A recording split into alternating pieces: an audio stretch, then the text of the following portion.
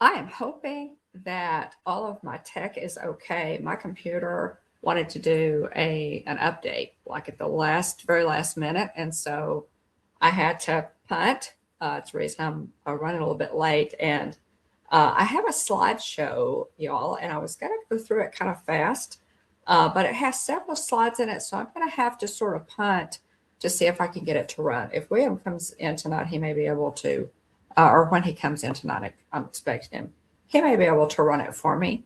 But so got a lot going on. Hey, Stacy, welcome in. It's so good to see you. Can you hear me okay?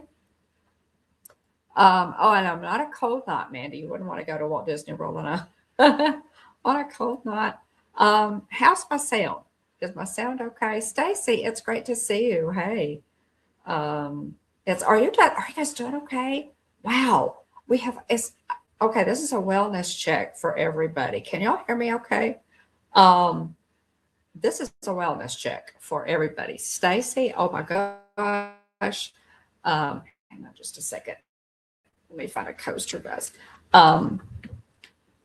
Sorry. It's been one of those days, y'all. How is everybody doing? Golly, we have had cold weather and snow. We talked about this a little bit last week, but since then, Florida has gotten hit. So we had sleet, y'all.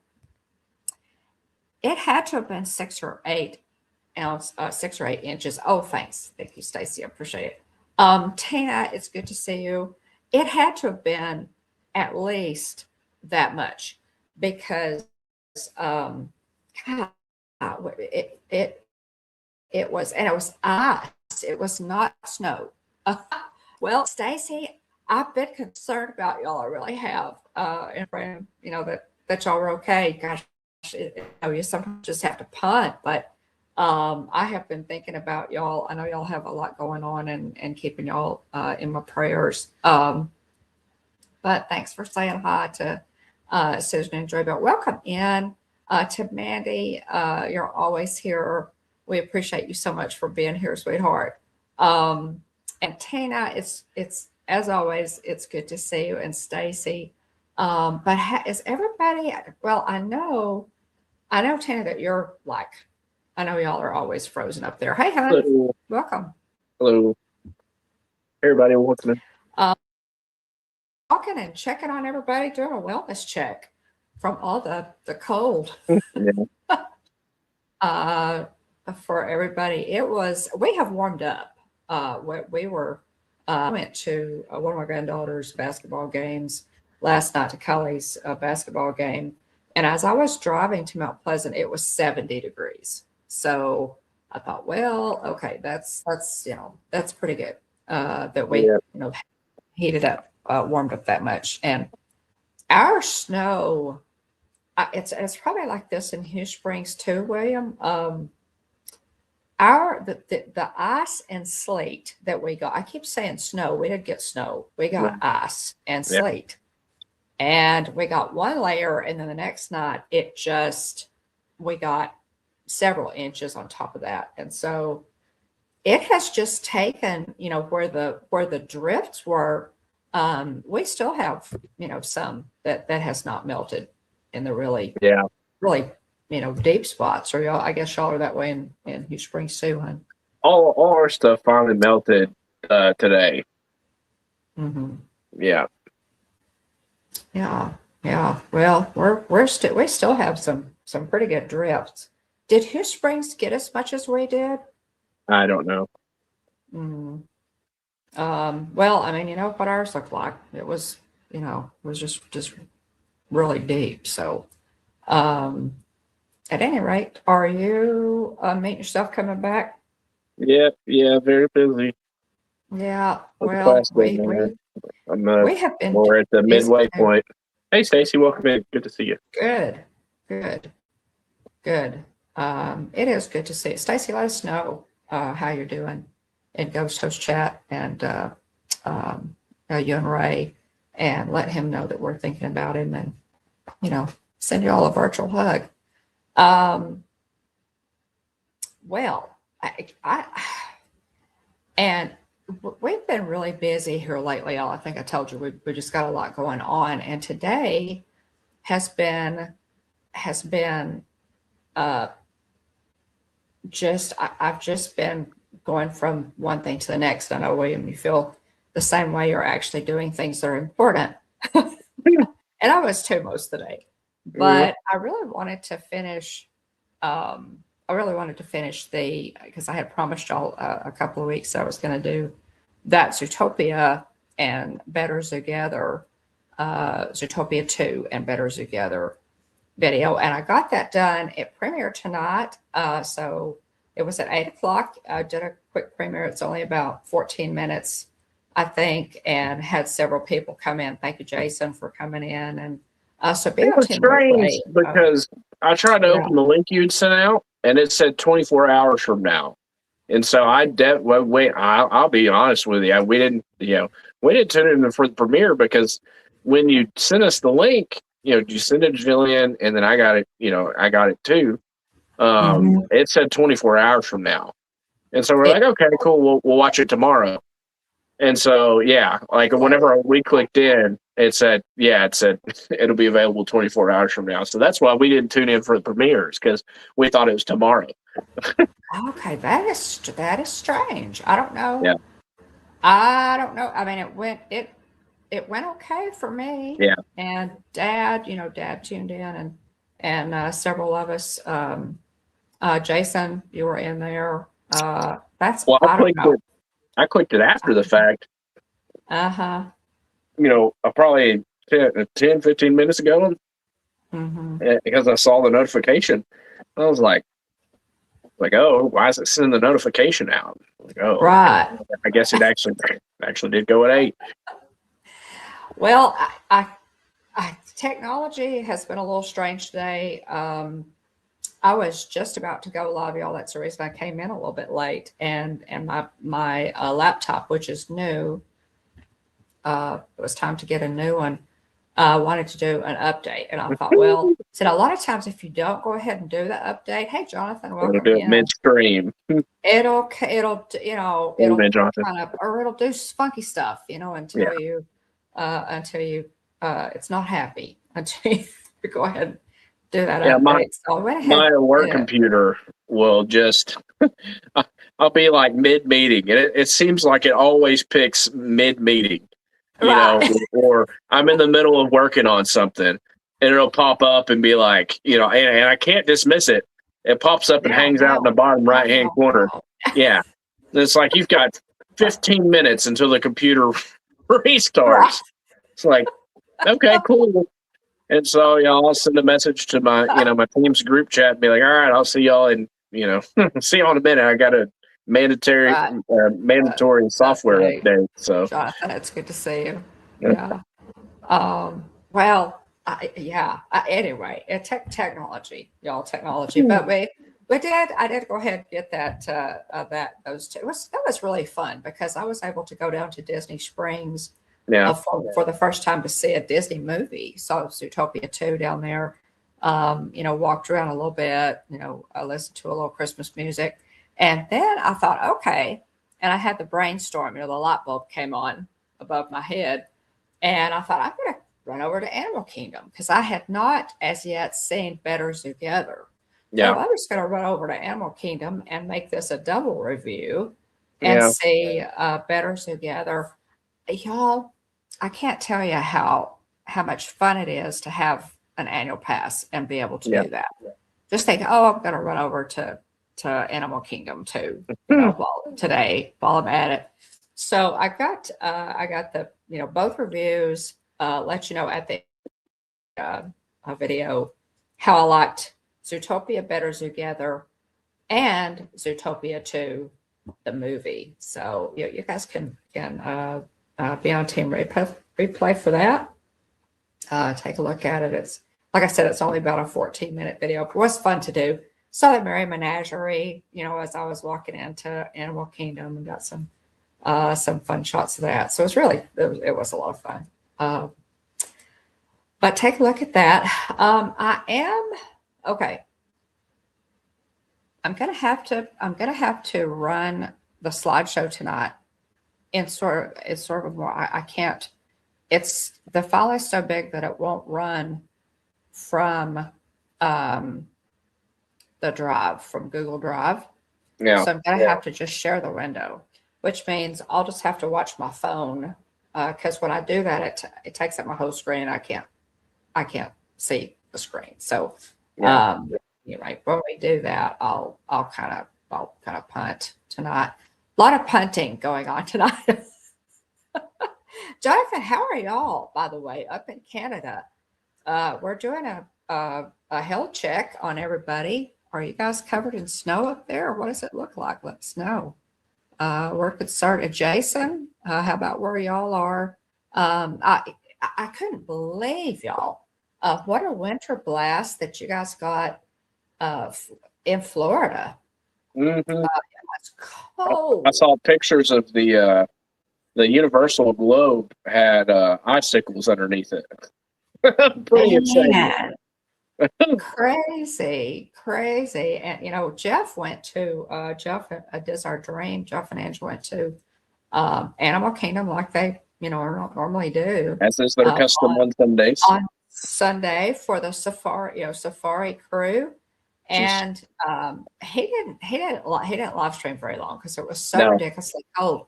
And here's the thing: I suspect that because he had over 1,000 people in that stream. I suspect that a lot of people tuned in that morning because they thought he would ride Dinosaur. Yeah. It was the last day of operation, y'all, for Dinosaur. And he didn't ride it. I don't know if he didn't think about it.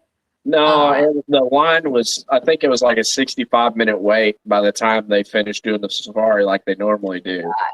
Right. And so, the longer wait, I mean, they said as they logged off on that stream, that I think they wrote it last week for the last time or something like that. Yeah. So, yeah. I had to pop out, before I got to the end of the stream. So, and probably they should have ridden the ride first and then gone and done the safari.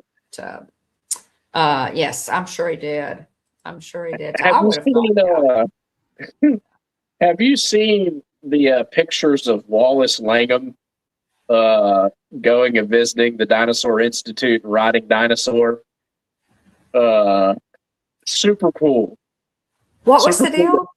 Dr. Seeker, the actor who plays Dr. Seeker, and he's in like TV shows and stuff too. But the guy who played Dr. Grant Seeker showed up on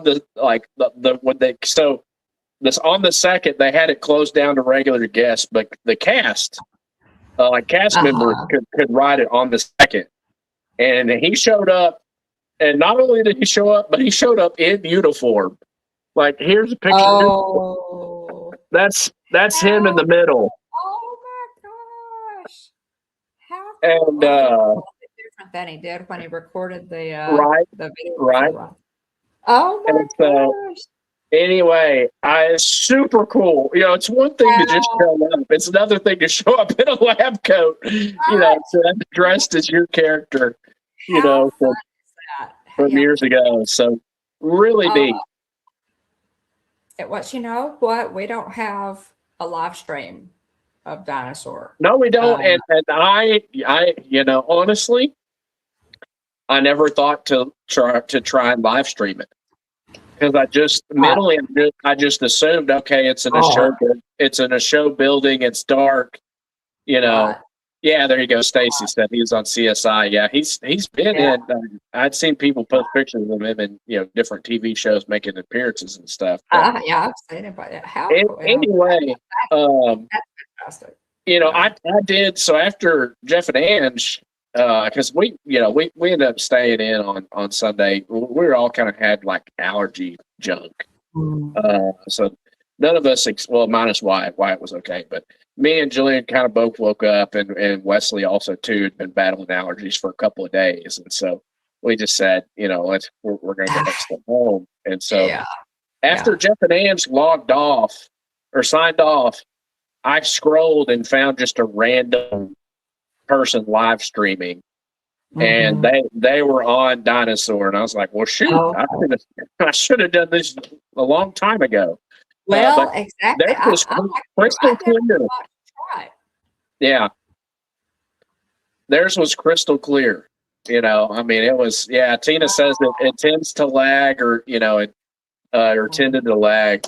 But theirs, I mean, theirs was spot on, as well as it could be. I mean, obviously, there are portions of that Dark. ride that are dark, and so you can't really see much. But mentally, your mind could kind of fill in the blanks a little bit. Right. But Yeah. yeah, Yeah. it's interesting, with that ride being overhauled to be Indiana Jones themed. Uh, eh, you know, the Indiana Jones show, while the ride track is the same, the show building in Indiana Jones is like, you know, big room, like I mean, hallway, and then boom, big room, and then boom, Right. take you in the little hallway, and then you're back out in the big room again. That looks really cool, and then boom, you're in another hallway, and you Right. kind of like, but there's this Right. big central space, and I think the way that building is set up currently, at least, it's not configured the same way. Right. And Right. so Yeah. granted, they've already said that it's going to be its own. It's not going to be identical to Disneyland or any of the other Disney, Indiana Jones rides. But anyway, um, yeah, it's going to be interesting to see how what we end up with. It will. Um, Oh, yeah. Very interesting. yeah, Very interesting. there's an I actor. guess of all the things they're doing right now, I'm probably most interested to see what they'll do. I love Dinosaur, but I'll have to say I'm not upset about this because I Yeah, know how awesome Indiana Jones is at Disneyland, and even people, I've seen people in chat and different things on social media that said, I don't even like Indiana Jones. I don't, but these are people who had never ridden it at Disneyland, yeah. and I- it's so good at Oh, it's Disneyland. nuts. It's it's Uh, it's one of my favorite attractions, bar none. Um, mhm. and so, yeah, it's Oh, yeah. interesting. I'd seen that somebody had what is this? I think it's the Drew Disney dude or whatever. I think had oh on X. I think earlier today or maybe yesterday had kind of put a theory out there that maybe instead of Harrison Ford potentially being the voice for Indy on the ride, there's a voice actor named Troy Baker who did Indiana Mhm. Jones for the Indiana Jones and the Great Circle, which is a video game that came out that's apparently Okay. I haven't So he played it, but sounds kinda like Harrison Ford? oh yeah, he nailed it.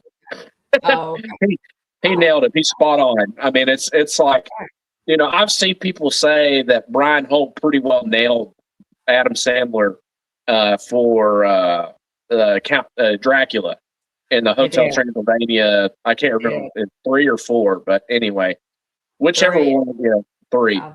Um, you know, Oh, neat. and Oh, there's like a couple of times where I can tell that it's oh, is not Adam it? Sandler, but by and large, most of that movie, he's pretty spot on. Yeah. Uh, Nico so, the Greco, welcome in. hey, welcome in. Good to see you, Rob Everybody Fuzz, Nico the Greco. Thanks for being here. Robert. Uh, but yeah, so he kind of put the theory out there that maybe Troy Baker will end up voicing Indy for the ride.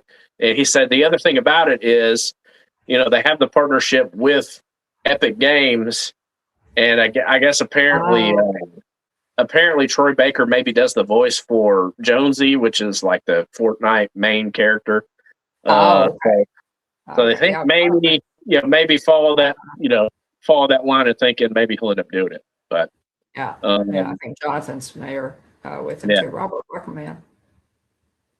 Yeah. So yeah, welcome in, Robert. yeah. So that was February 1st, guys, was the last operating day for Dinosaur. It will be closing. I don't believe Disney they're always cryptic about these Yeah. timelines, which tend to get long anymore, about, the opening date, or approximately how long we can expect Yeah. it when the ETA will be. But yeah, they're gonna redo it too. It's gonna be an Indiana Jones themed ride, and I am pretty excited about that one. I'll just tell you. So, I think the toughest part for me is the departure. oh, It was countdown to extinction, and then they're like, "Oh, we've got this dinosaur movie, so let's kind of shoehorn the dinosaur movie IP into the ride mhm, and call it Dinosaur." And so for right, me, the the toughest part is, it's Animal Kingdom, and so right, again, right. we're moving further away from the theme Yeah, of Animal yeah, Kingdom. So yeah. Well, from Joe Rohde's original vision. right, Uh, anyway, yeah. But I mean, we had Dino Land. We had the Boneyard. yep, So that section, I think, was all about, Triceratops spin. I really think that whole section was about, um, and dinosaurs were real animals, extinct though they were real animals. So I think that whole section was really geared towards edutainment for kids and adults. But of course, the yeah, Boneyard focused mainly on kids. yeah. Um, I don't know. Yeah. So we're going to do something a little bit different. Rob says he's going to miss Dinosaur. Yeah. I really enjoyed Dinosaur. I know a lot of people didn't like it, but I'll tell you, Rob, the first time I rode Dinosaur, I was nervous that we weren't going to get out before the comet We're hit. not gonna make it. We're not gonna make it. I was, Yeah. seriously, I was not. Oh, they do a great job of building the tension. Left, right, left, right. Yeah. Go, go, go. Uh-huh. I mean, it was. I loved it. I Yeah. really did. I enjoyed it, and I'm serious. That Question from the that is chat. Go ahead. Finish your thought, and then I got one.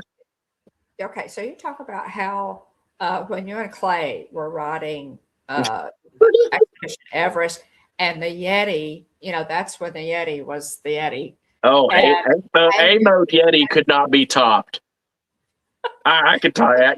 Every time we bring it up, I talk for too long. Talk about it for too long. Clay, out of the ride vehicle. That was this. I mean, that's when suspension of disbelief. That's when you're that's where Walt wanted to get us to, right? Yeah. Oh, it's And the I was best. there with Yeah. Dinosaur. Yeah. Oh, it's the best when you get to the point where people are questioning, like, man, like, are we gonna make it out? I Like, know. are we gonna get back with this dino? Is a meteor gonna hit? Or am I gonna get eaten by a Carnotaurus? Like, All right. uh, All right. Oh gosh. Yeah. yeah. The Yeti. I have a question. We're in the Yeti pretty regularly. Yeah. Yeah. William and I are still wearing a black armband for the Yeti. Uh, that they were not able to get, before Joe left, Joe Rohde left.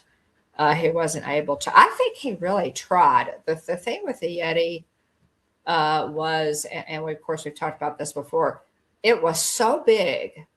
It was such a huge animatronic, and it was so large that the rocking motion finally destabilized the frame, like the foundation of the entire mountain.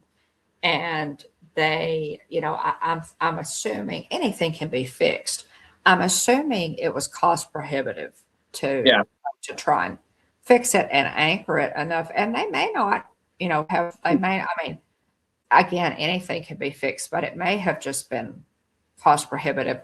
But when the Yeti worked, it was amazing. And I'll tell you, that coaster it will be a classic 100 years from now if it's still operating. Yeah, That coaster's fantastic still, it even is. without the Yeti. Yeah, It's amazing. So yeah. or Disco Yeti. I had a question for the chat. Let me know. Did you ever see the Carnotaurus in B mode? So, obviously there's the big Carnotaurus there at the end of the ride, but not the one that comes down and tries to eat you, but the one that's over on the right before it tries to eat you. There's the one, Oh, the one that takes your picture. So yeah. there's the one that takes your picture, but there's another Carnotaurus over on the left. Yes. And that's the B mode non-moving Carnotaurus. Did anybody ever get the Carnotaurus in B mode? Because I never did. I've seen people post video and pictures of the other Carnotaurus over there on the left side. Okay. But I never got the B mode Carnotaurus. Wow. So, no, I don't recall if I did. Yeah. Yes. It once said the whole mount would have to be a dismantle. Yeah. It's the right. Yeah.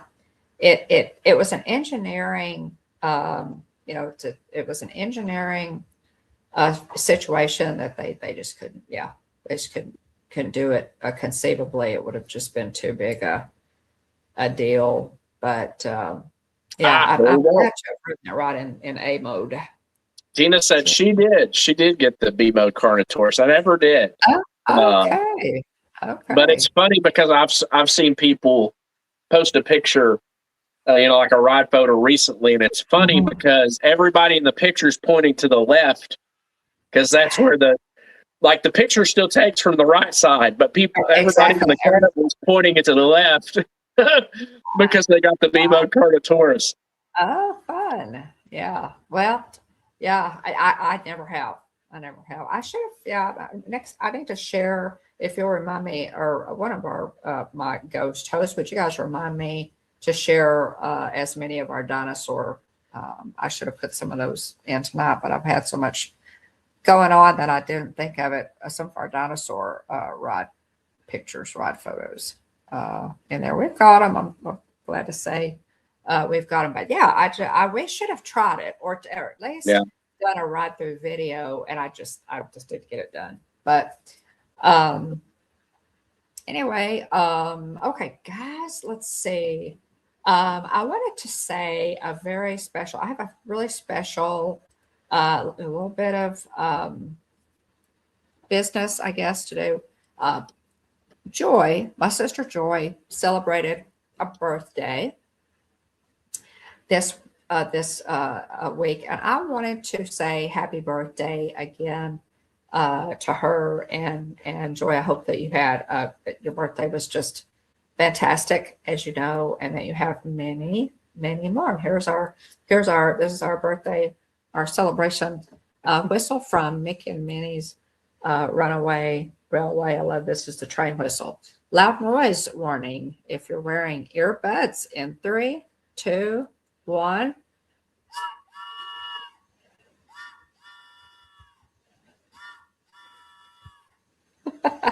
Happy birthday, Joy. Yeah, happy birthday and Joy. We love you.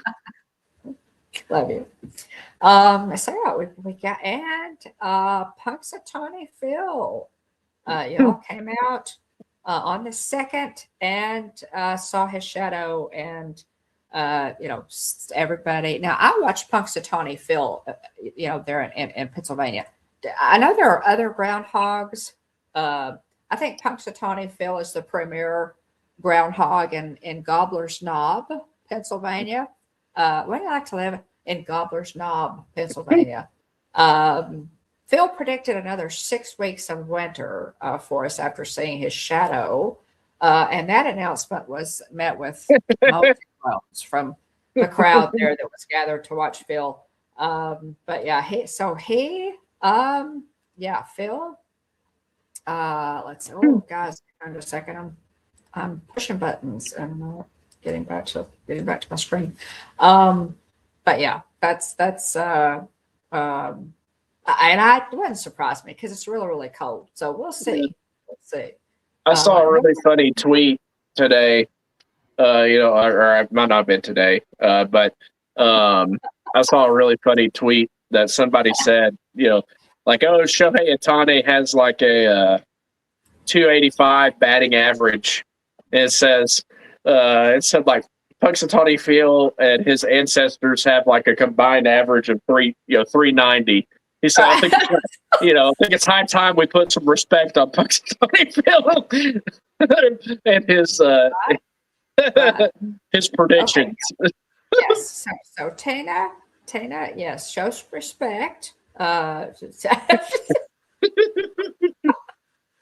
know what the Farmer's Almanac said this year, but yeah. So Punxsutawney Phil has. Did y'all watch it? I watched it live on the news. Happened to be watching the news, and I'll have to say, Phil looked less than enthused to be out there in that that cold weather. Anyway, it's fun. It's just fun. Have you ever wondered though, like people from other countries, look at that and go, they what? They have a groundhog? Predict us. One of those strange. It's fun though. It's fun. So yours said ending soon. The East Coast lobster. Okay, now Jonathan. Jonathan says the East Coast lobster. Pray tell us how the lobster predicts winter. How does that work? I need to know this story, Jonathan. East Coast lobster. I'm obviously going to have to do a little research and find it.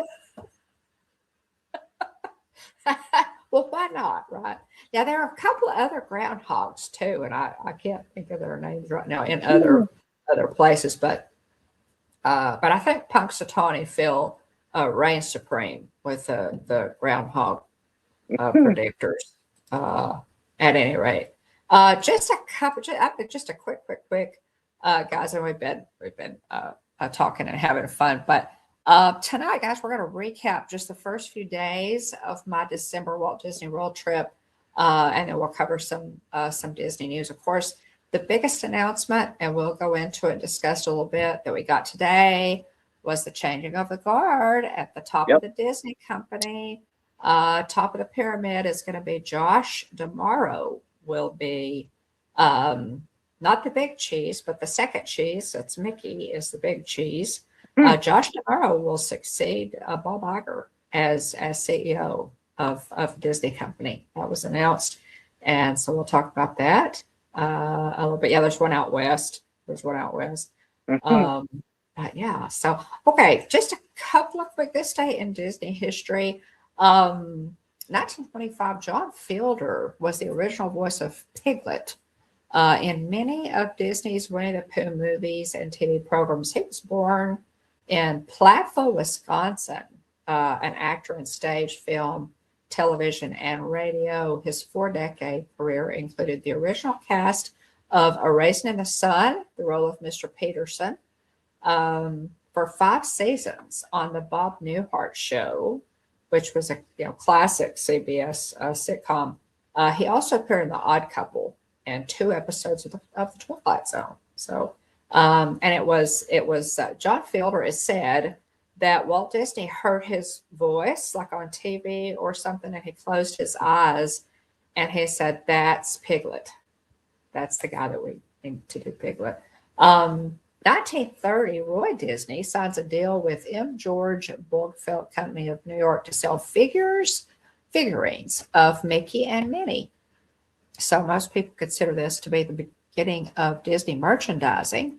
The Disney Company will receive 2.5% royalties on the items of 50 cents or less, 5% for more expensive items. Unfortunately, since the Disney organization is really small in 1930, it had a difficult time controlling the quality of the merchandise. So that's early stuff in 1930.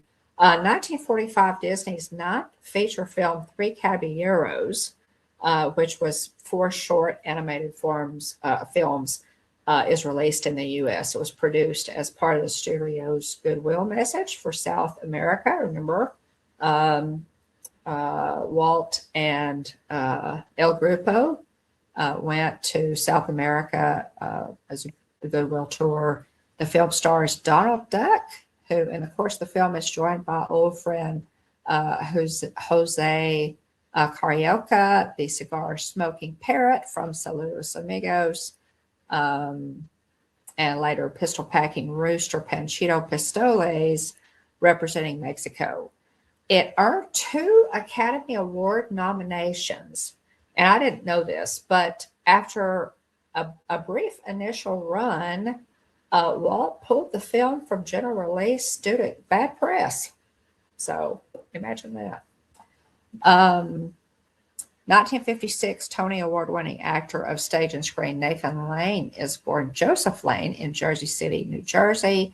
He is the voice of Timon in Disney's 1994 The Lion King and all of the spinoffs, of course. 1991, and guys, this is a blast from the past. You're going to show your age if you recognize 1991 character actress Nancy Culp passes away at age 69 in Palm Desert, California. Really young age, 69. Her Disney credits include The Parent Trap as Miss Grunecker, Moon Pilot as Space Flight Nutritionist, and The Aristocats as the voice of Frou Frou. Best known as Miss Jane Hathaway on the CBS television series The Beverly Hillbillies. Culp also performed the Broadway production of Mornings at 7 from 1980 to 88.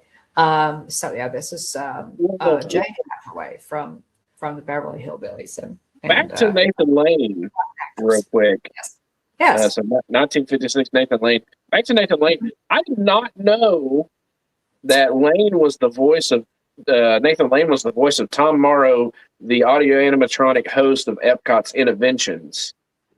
Okay. He's also in he's also in Modern Family and Albert in the Birdcage. Let's see. And then the musical with the producers and Mouse Hunt as well. And he's also in I think a couple of seasons of Only Murders in the Building, which has got Steve Martin and Martin Short and really? Okay. Yeah. And I'll pick up on that. Yeah. Yeah. Oh, and I me. a couple of episodes of that. So yeah. Hey. Interesting. So we Selena Gomez. There you go. But also too, real quick, 1986, Pixar ceases being part of the Lucasfilm empire and becomes an independent company. This day in Disney history, 1986. At the time, the new enterprise, mostly owned by Steve Jobs, as of January 30th, along with Catmull and Alvy Ray Smith, is the advanced computer hardware business. Pixar was founded as the graphics group, 1/3 of the computer division of Lucasfilm, that was launched in 1979 with the hiring of Catmull. It will be nearly a decade until Pixar Inc. becomes Pixar Animation Studios, which is known for producing some of the greatest animated films ever, and several cornerstones of my childhood. Mm-hmm. Oh yeah. Well, and that now, I was unaware that Pixar was ever a part of Lucasfilm. I didn't realize that they split from Lucasfilm. If I knew that at some point, I've forgotten it. So that was interesting to me to run across that. But at any rate, y'all, let me see if I can figure out. Hey, Samantha. Broadway Samantha. Oh, hey, Samantha. Good to see you. Broadway Samantha. Hello. Good to see you. You've changed your screen name since I saw you last time. It is good to see you. Samantha, were you at Magical Night of Hope this year? If I am sorry I missed you. If you were there, I would love to have seen you. And Lily and Susie are already asleep. Hey, Alex, welcome in. Oh, good. Alex and family. Carly. See you, Alex. Yeah, sweet dreams, Lily and Susie. Okay, now y'all, hey, Jeff and Ann, sure, Jeff. Did our dream. Welcome in. Oh, welcome. Hey guys. It's good to see you. Appreciate y'all being here. That's okay. Let me see if I can figure out. Okay, the pressure is on because we have so many people in here tonight. Let me see, y'all, if I can get this going. Because I'm gonna have to do it a little bit differently tonight. Okay. All righty.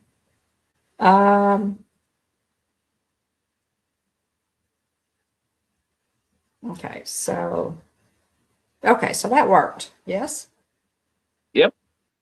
Okay, good deal. Just a quick. I better go through. I have quite a few pictures, but I'm just kind of go through them, sort of hurriedly, guys. Just to cover a little bit of my Disney trip. And Christmas is so magical, at Disney, and I was able to be there the first couple of weeks. I was there from the 1st to the 14th, so literally the first couple of weeks, I guess. I was going to talk about a little bit about my park days, and then and then I'll go over the special events that I was there for, which were really just amazing. Zootopia 2, as I mentioned, you guys go take a look at the video that I premiered tonight at 8 p.m. Be on Team Replay for that. Watch it again if you were in for the premiere. I went down to Disney Springs to see Zootopia 2 at the AMC Theater down there because I had never seen a Disney movie in Disney Springs. So that was cool. And then I got the bright idea to go on over to Animal Kingdom and watch the new show Better Together. So I did a review on both of them. And go watch that and leave a comment for me. Let me know what you thought about Better Together. No spoilers. There are no spoilers in it. So if you haven't seen it for some reason, it's been out for a little while. But if you haven't seen it for some reason, go ahead and leave a comment and let me know what you think about both. But I'm really interested to know, Jeff and Ange, what did you think about Better Together? I'm just curious what you guys thought about Better Together. Okay, my first day, y'all, as I said, I'm going to go through this kind of hurriedly, just kind of hit the high points. This is one of my favorite things to do. I've mentioned it before, but I love to, on my Magic Kingdom day, I love to book breakfast at Steakhouse 71, book as early as possible. Go have fantastic breakfast. I usually get the Florida Eggs Benedict, which has its traditional Eggs Benedict with a crab cake. Oh my gosh. On top of it, it's delicious. Or the steak and eggs. And then that what is that? Like a garlic butter sauce, William, on the side there. Whatever it is, it's incredible. It's amazing. It is. That sauce is so good. And that steak, wow. I ordered my steak medium, and I think William, the morning that I ordered that and generously gave you a bite of my steak, you said, well, that's too good for breakfast. It is. It really was. So I love to do this. It's one of my favorite things. And then I get, I just get some of that fantastic Joffrey's coffee to go and head on in, get on the monorail and head to into Magic Kingdom. As I was coming out, now this again, that's Béarnaise sauce. Béarnaise sauce. There we go. Béarnaise, it's so good. As I was coming out, y'all, Chip and Dale were in the lobby. Steakhouse 71, Tina. Yeah. Just made it, a little more magical. There's me with Dale, and of course they're always so much fun. So Chip and Dale are so much fun to meet. You can see I'm laughing the whole time. It was so cool. So went out in the lobby, saw them, got on the monorail, headed into Magic Kingdom, y'all, where I did a live stream. You can check out the live stream on this. It was obviously a very rainy morning, but on rainy mornings, we just keep swimming. So walked in and I walked around town square a little bit there, and then it started raining, so I did some shopping at the Emporium. So that was my first morning there at Magic Kingdom. Obviously, one of my first stops is always going to be the Haunted Mansion.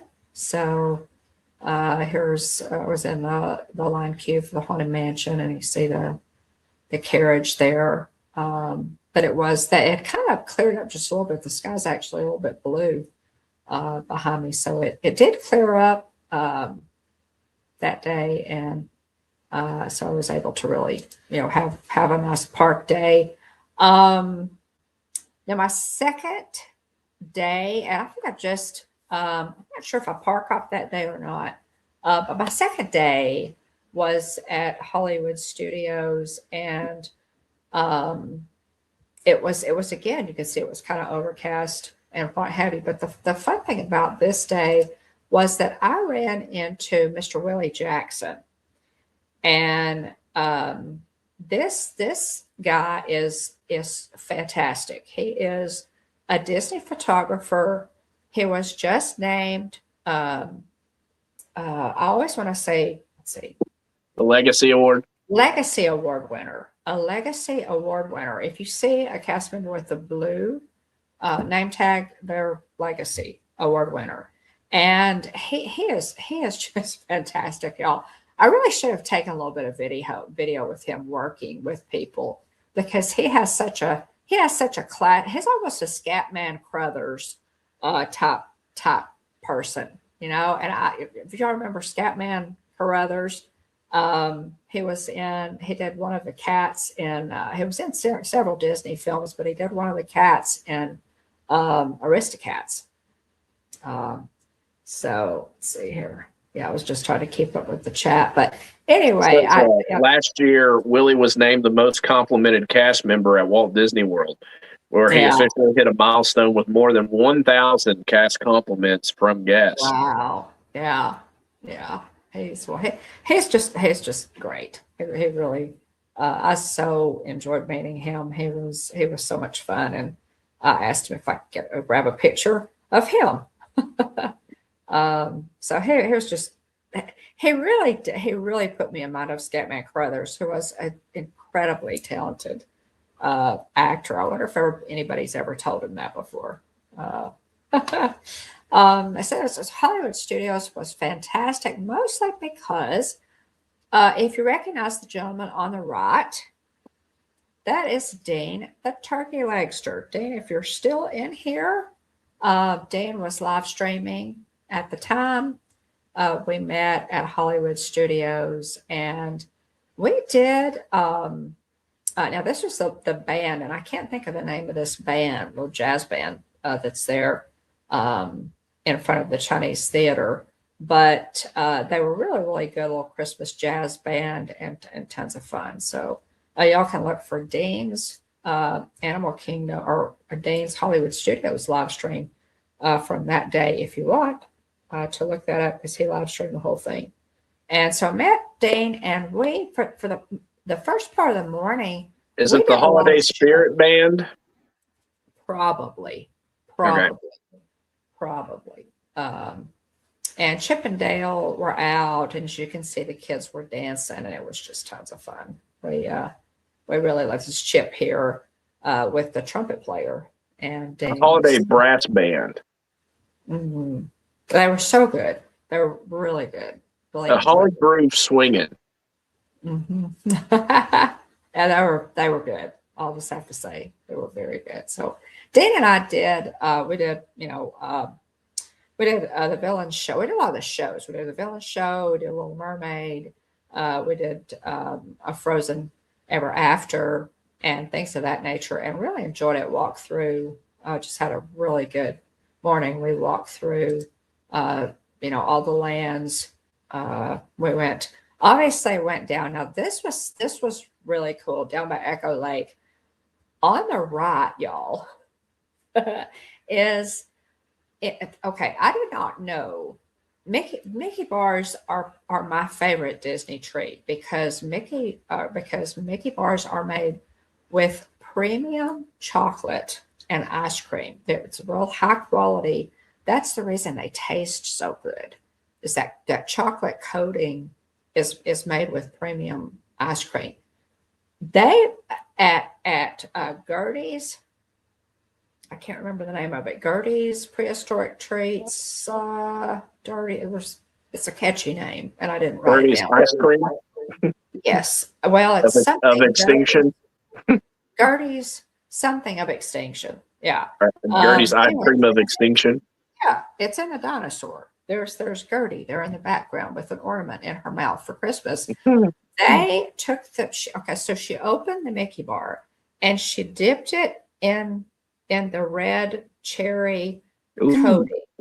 And then she rolled it in those really big white chocolate sprinkles that tasted like white chocolate. I mean, they were, y'all, if you like cordial cherries, or this was so good. And Dean just laughed at me because I was just enjoying this. He just got tickled at me. He got something else. He got a swirl cone, I think. And I said, Dane, hon, you've got the wrong thing. You should have gotten this Mickey bar. That was so good, y'all. It really, really was. And I also found that, by the way, over at Anti-Gravity's Galactic Treats in Magic Kingdom was the only other place I saw that they were doing these special. This is a special Mickey bar for Christmas. So highly recommend it. It was fantastic. And there's another picture of it. There's a sign on the left there. Yeah, Gertie's ice cream of extinction. Of extinction. So there's, but that was delicious. It was absolutely delicious. And it's interesting because when she picked up, she took the wrapper off, and part of there, see the little piece there on the left where the part of the chocolate fell off. And she said, I lost a little bit of your chocolate. Is that okay? And it was funny. And I went, oh, and she was acting like she was going to throw it away and get me another one. I said, no. Don't throw away the Mickey bar. I was just teasing. Don't even think about throwing away a perfectly good Mickey bar. So anyway, it was good. Yeah, that's just fun. So Dana and I had a fantastic day. And then y'all, that night, I met up with a very special friend. I found the Russ bus. Y'all know Russ. He's a very dear friend of mine, and I caught up with him. He's a bus driver, cast member there at Walt Disney World, and he was doing I texted him when I came out. Dean left about 2:00, I think, and I kind of finished up and did a live stream myself on that same day, which is probably the 3rd of December. But I texted Russ, and he was doing a route from Hollywood Studios to Coronado Springs, and so he told me what number his bus was, and this was fun. I just went and rode, with him, and we chatted, and so there's Russ. It was so great to see him and chat with him. We love Russ, and it's always great, to see him when we're there. So that's how I ended the night. It was an absolutely fantastic day with friends. This whole trip, y'all, was about friends, about just hanging out, enjoying Disney together. And so I'm so happy that Russ is enjoying his job so much and loves making magic every day on his bus. So if you see Russ on any of the Russ buses there at Walt Disney World, say hello. He's a wonderful magic maker. Lots of pixie dust. Next day was Magic Kingdom.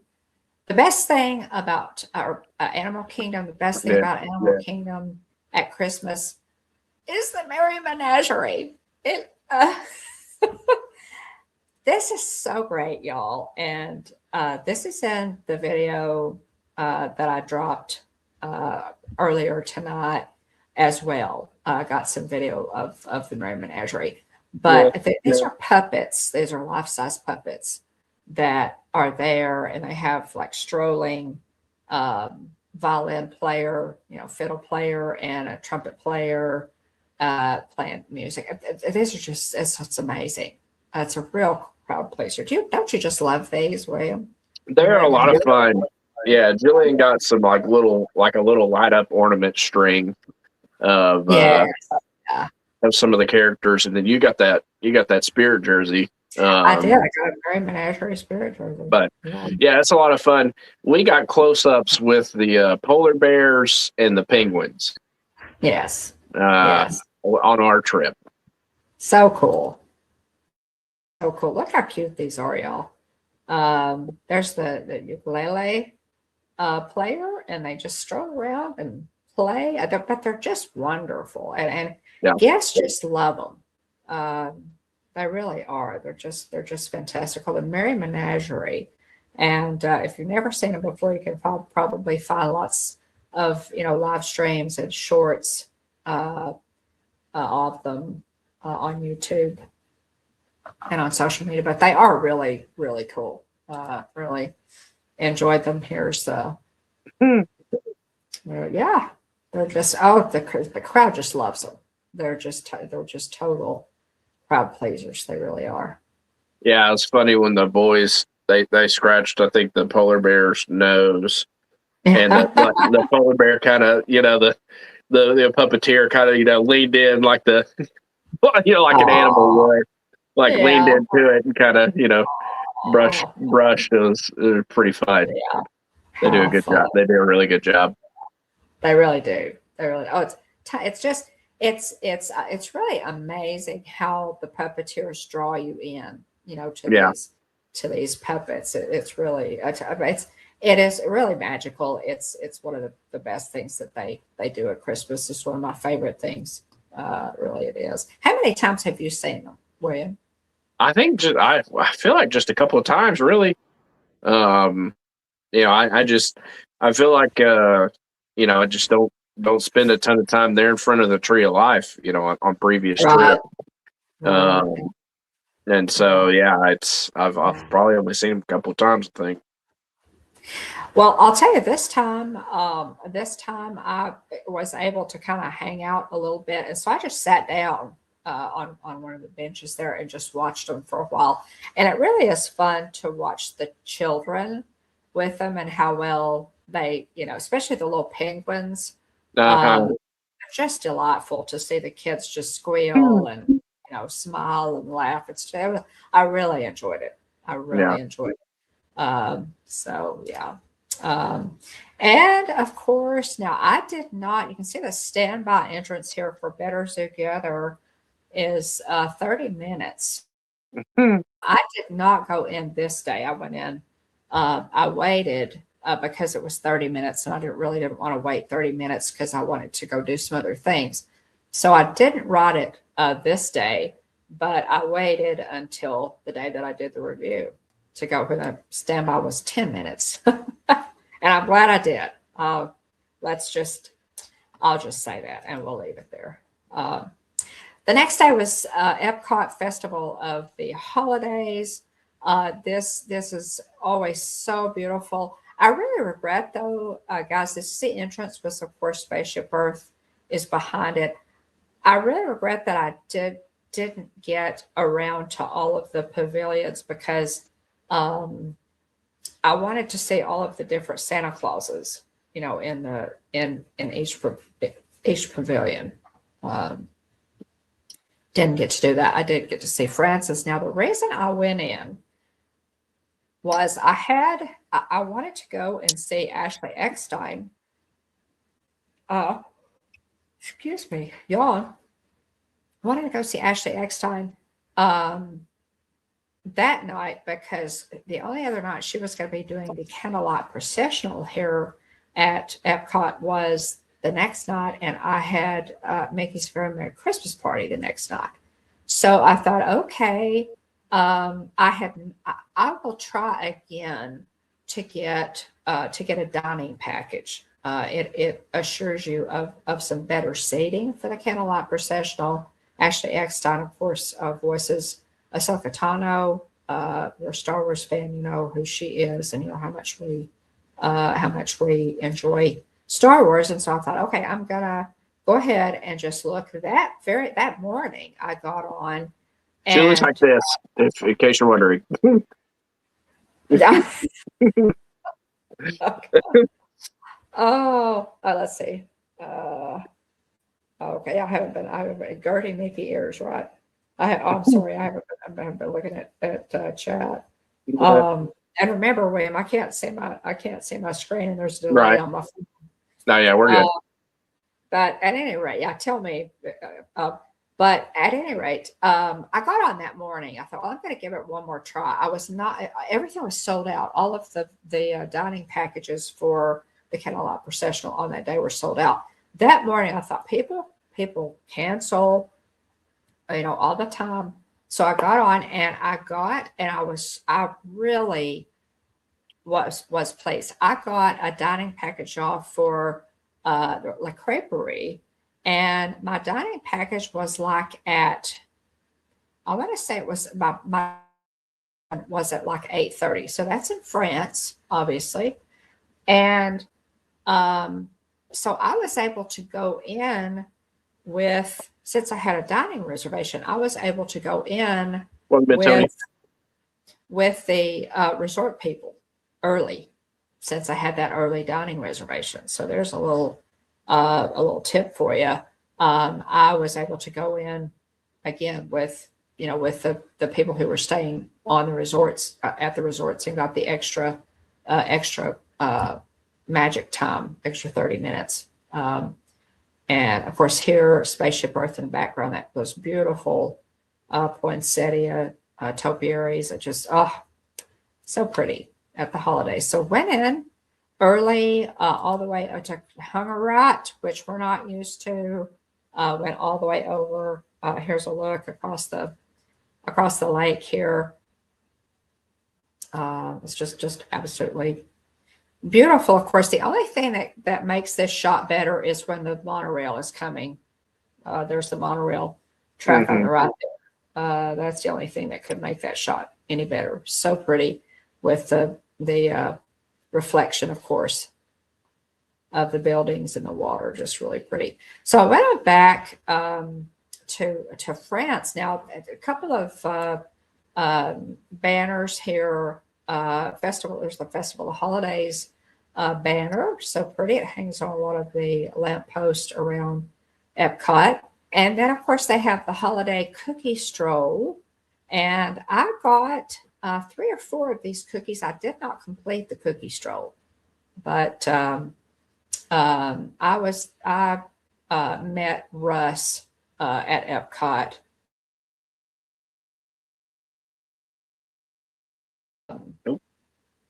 Trying to think what night it was. I can't remember. It was the first night that I got there, and I went over to Epcot for Magic Kingdom. I can't remember, but we had a couple of cookies and just sat out and just chatted. It was a gorgeous full moon. It was such a pretty night. Just people watched, and I caught up.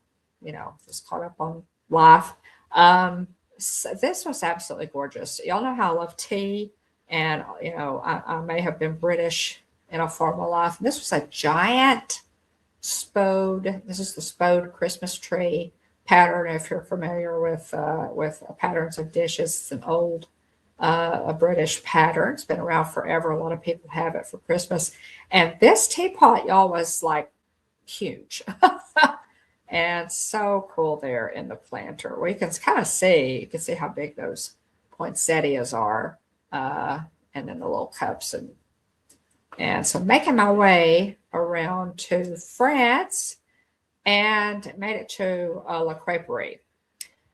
This is my Joffrey's coffee with a foam on top. I think this is probably cappuccino.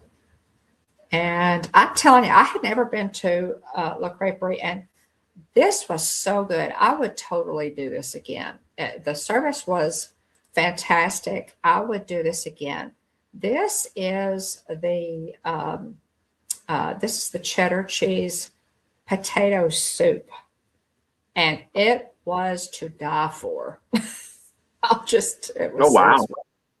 I'll have to give this a go. Then I'm a big I'm a big fan of that type of soup. I really think now I know that you don't like crepes. What I had was I had the galettes, and it was like Hmm. a prefix. You chose an appetizer and then a breakfast galette and then a dessert galette. And Yeah. so I'll show you those. But this soup, y'all, has anybody else in the chat had this soup? Hey Tony, I didn't see it come in. I'm sorry. Jeff, it's so good to see you. I think I already Oh, greeted hey you. Pam. But yes. Oh, Glad you made I it. know. Pam to sleep. I'm sorry, dear. Um, but yeah, this is William. Oh, this is worth the trip. Trust me. Just trust me. Okay. I would get you Okay. the cheddar cheese potato soup as an appetizer, and then I like smoked salmon for breakfast, y'all. I'm sorry, Susan. My sister does not like seafood, but you'll love this. I feel so bad for people that don't like seafood. I really It do. does. I know. We've got one of our really good friends, Casey, is just not a seafood person. Yeah. And I've had one or two other friends in my life that are just like, I really Yes. don't like seafood. Right. And so I was just like, oh, I feel so Breakfast? bad for you. It's like, there's so many really, really good seafood options out there. Yes. Yes. For breakfast. This is like smoked salmon. This is like a bagel and lox, sort of on the order of a bagel and lox with and the cream, there's a sauce. You can see a little bit there at the right hand corner. You can see a little bit of the cream that's under the fold of the pastry. This was so good. This whole meal, y'all, was fantastic. This thing was the size of the plate. You have to go with a huge appetite, I will have to say. I could not, I ate the middle out of it, basically. I couldn't eat all of it. And wait until you see dessert. Susan, I'll change the picture. This is the caramel apple galette. Okay. So that is baked apples in the center there, and it's covered in like a caramel sauce with some powdered sugar. Whoa! I'm telling you that it's fantastic. It's a fantastic breakfast. I will do this again, y'all. Okay. I'll do this again. So it was enjoyable. It was fantastic. I struck up a conversation with the lady next to me, and she was having breakfast. I was by myself this morning so I was kind of enjoying it and catching up on social media and what have you. Struck up a conversation with her, and she had ordered the exact same breakfast that I was having. I did not say I'll have what she's having. I didn't. I didn't pull the when Harry met Sally thing. But and she said, "This is fantastic," and we kind of started. It was just very pleasant, conversation. Yeah. But this was fantastic, and yes, I did. I got my Candlelight Processional. This is the coupon for the 5 p.m. show, and Ashley Eckstein was narrating the Candlelight Processional, which I will tell you about later. There is a live stream of that on the channel if you guys want to see that. So this was December 6th. This would have been December 6th is the date. So there's, and after I had a breakfast, they gave me this to get into the 5 p.m. special seating for the Candlelight Processional that night. So yeah, there's Ashley. William was Ashley up there. I'm so jealous. I'm jealous. Yeah. it's that, dad says every now and then, sometimes it's better to be lucky than good. Right. Uh, and that, I mean, all the things that had to come into place for me and Wyatt to cross paths with her Yeah. at the time we did, Yeah. I it just doesn't make sense at all, Yes. that Well, we thank happen you to for cross paths there. thank Because you. we weren't supposed to be there Yeah. in Yeah. that spot at that time. We should have been Right. on doing other stuff and out of that area by then. They're next to Guardians is crazy. It was neat. I'll put that picture back up for just a second. Oh A yeah. picture of you and Ashley. I just kind of milled around there in France, y'all. I had never, for some reason, I had never been into the fragrance shop here in France, and I walked in and found a couple of fragrances that I really, really liked. But this was just fun. The cast members in there were just really neat.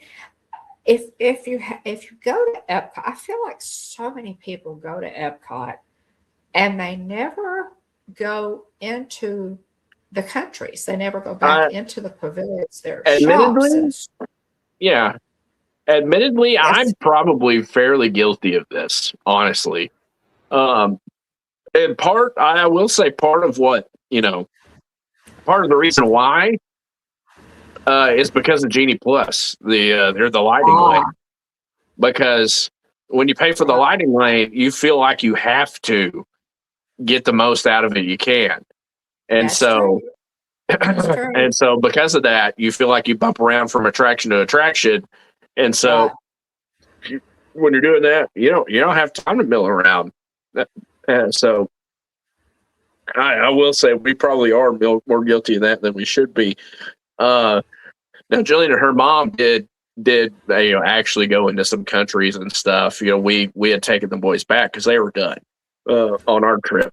After the candlelight processional, they were both worn out, and so me and Jillian's dad took the boys back to the resort, Right. and her mom hung out and went around to the different pavilions and explored, and brought me back an incredible cupcake from, was it caramel kucha. um it was Oh, phenomenal yes. cupcake. Oh my word, it was excellent. I think I've had, was like a salted caramel I think so. cupcake? It had a little drizzle on top. Uh, Oh, it was yes. fantastic. Yes. Yeah. There's nothing at Caramel Cocha that is bad. Yeah. There's nothing in that case at Caramel Cocha that you could possibly buy that is bad. It's just, yeah, Yeah. I mean, the smell, it's worth it. It's worth it to go in there just to smell everything. It's so good there in Germany. But this is outside. Now, after I went to, and I'll put up a video. That's the video that I'm going to do for this week, guys. The work on for this week. After I finished eating at La Creperie, I wandered around a little bit. These are the beautiful ornament displays there in France. But I went and rode single rider for Ratatouille and did a ride through video. So I will combine my La Creperie review with the Ratatouille ride and put that together in a video for you for next week. But yeah, these are so pretty, um, beautiful model there of the Eiffel Tower in a Christmas ornament, and all of them had all of the ornaments have a different scene in them. La Tour Eiffel. So I guess just beautiful, beautiful. That's all you can say. Just gorgeous.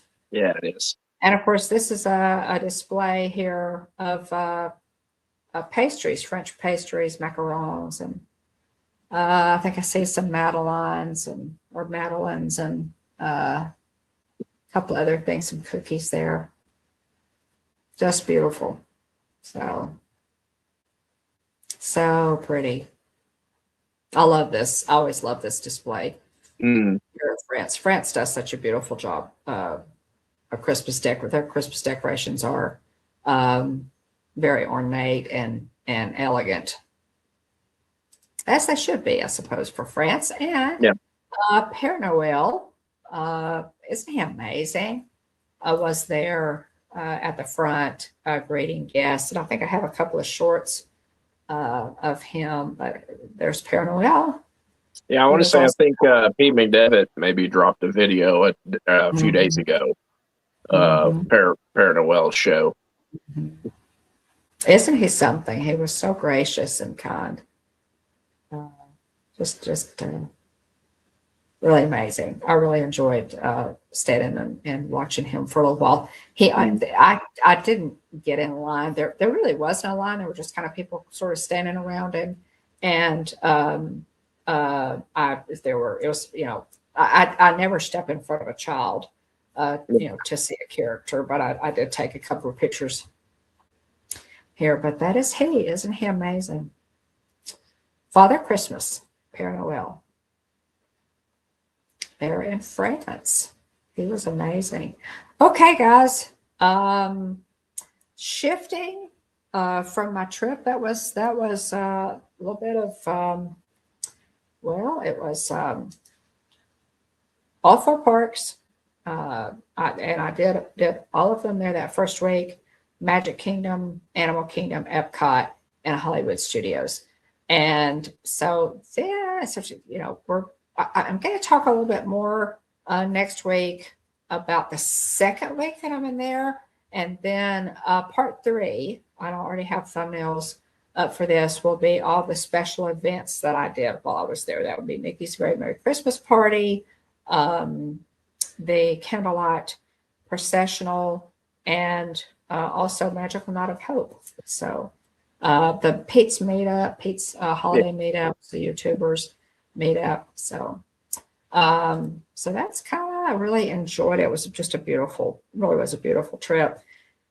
Okay, shifting over now to Disney news. You have the Disney news there, and I'll confess, y'all, I had like a list of Disney news that I wanted to cover, and somehow I have not completely made friends with this computer yet, and so I have documents that are on the local hard drive, and then I have documents that it gets backed up to to the cloud, and somehow I lost that list of Disney news Yeah. that I have made. But obviously the big news is Josh tomorrow. You want to read? Wade, do you have the notes pulled up there? Yeah, give me. See. Sorry, I'm trying to Josh find something. tomorrow, y'all. This is the huge news. Bob Iger has stepped away, has stepped down for the second time. He had to come back out of retirement to take over from Bob Chapek because Bob Chapek was such a disaster. But Bob Iger has again gone into retirement, and the company has named Josh Tomorrow as Disney CEO. And this is a good development, don't you think? What do you think about this, William? I've not admittedly I've not done, here we go. That's what I was trying to find. Okay. I've admittedly, interestingly enough, you and Kylie actually met Josh. We did. on a previous trip to the parks there at Hollywood Studios. Welcome in, Pete. Great to see you. Excellent Pete. coverage. Excellent coverage of the Royal Rumble pay-per-view there on Pete's channel. Oh, hey, nice. Yeah. I'm still not okay with AJ Styles having been retired by Gunther, but it's what it is. I guess life must continue, unfortunately. Big AJ Styles guy. But anyway, great to have you in here, Pete. So yeah, you and Kylie actually have met our new esteemed Disney CEO, which is pretty cool. We have. Pretty cool. I know, I feel like I haven't seen him, random pictures of him like with people in the parks as much as I used to. Now, Jillian said Right. she feels like she sees him more at Disneyland than Disney World. Uh-huh. Like, as far as, people being like, oh, I got a picture with Josh tomorrow. So, Right. um, Right. anyway, Which is as possible. I yeah, haven't seen as many, pop up of late, but then I thought yeah, perhaps once Bob Iger yeah, had to come back for the second time, that Josh may have not had as much time to spend in the parks. yeah, He's very good about. He's a parks guy, which is yeah, good news for us. Which is yeah. good news for us.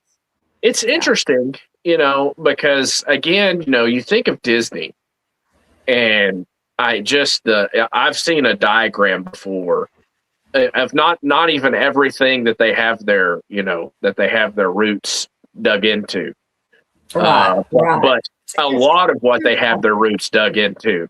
I mean, you think about it with ABC, ESPN, and now Fox acquisition, Lucasfilm, uh, you know, um, Disney uh, Plus. yeah, Disney Plus, movies, the parks, you know, TV, Animation. yeah, TV, the animation, Pixar, Yeah. Marvel.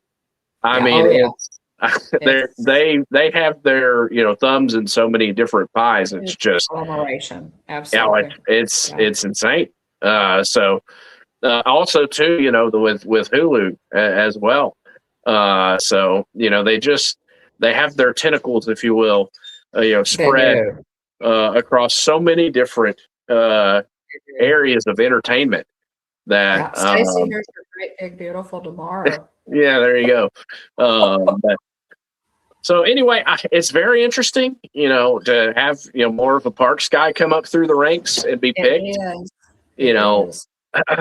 it's it'll It's good be. I mean, news for Parks fans. yeah, I'm curious to see what kind of legacy and what decisions start to be made, because I am too. you know with Iger, by and large, I mean, really, if you think about it, he's pretty much the acquisition guy. I mean, from you know, Yes. Pixar, Lucasfilm, Fox, Marvel, Oh, yeah. um, partner like Hulu, more recently. I just, he's pretty well the acquisition guy. Now, granted, Yes. under his leadership, they did open. Uh, which part was it? Was it Shanghai? I think it was Shanghai. Uh, Yes. Yes. Disney. So it'll be very interesting to see, because I've wondered how much pull per se that Josh had in his role, because obviously, from a parks perspective, there people, people have just talked about being nickel and dimed, and Mhm. uh, A lot and of the just parks like taken away. yeah, The parks parks taken away, or things that used to not have to pay for, you got to pay for now. So absolutely. it kind of makes But you wonder. it does. And we've talked about it, William, at length on the show, and even more in private as we are just discussing it, between ourselves.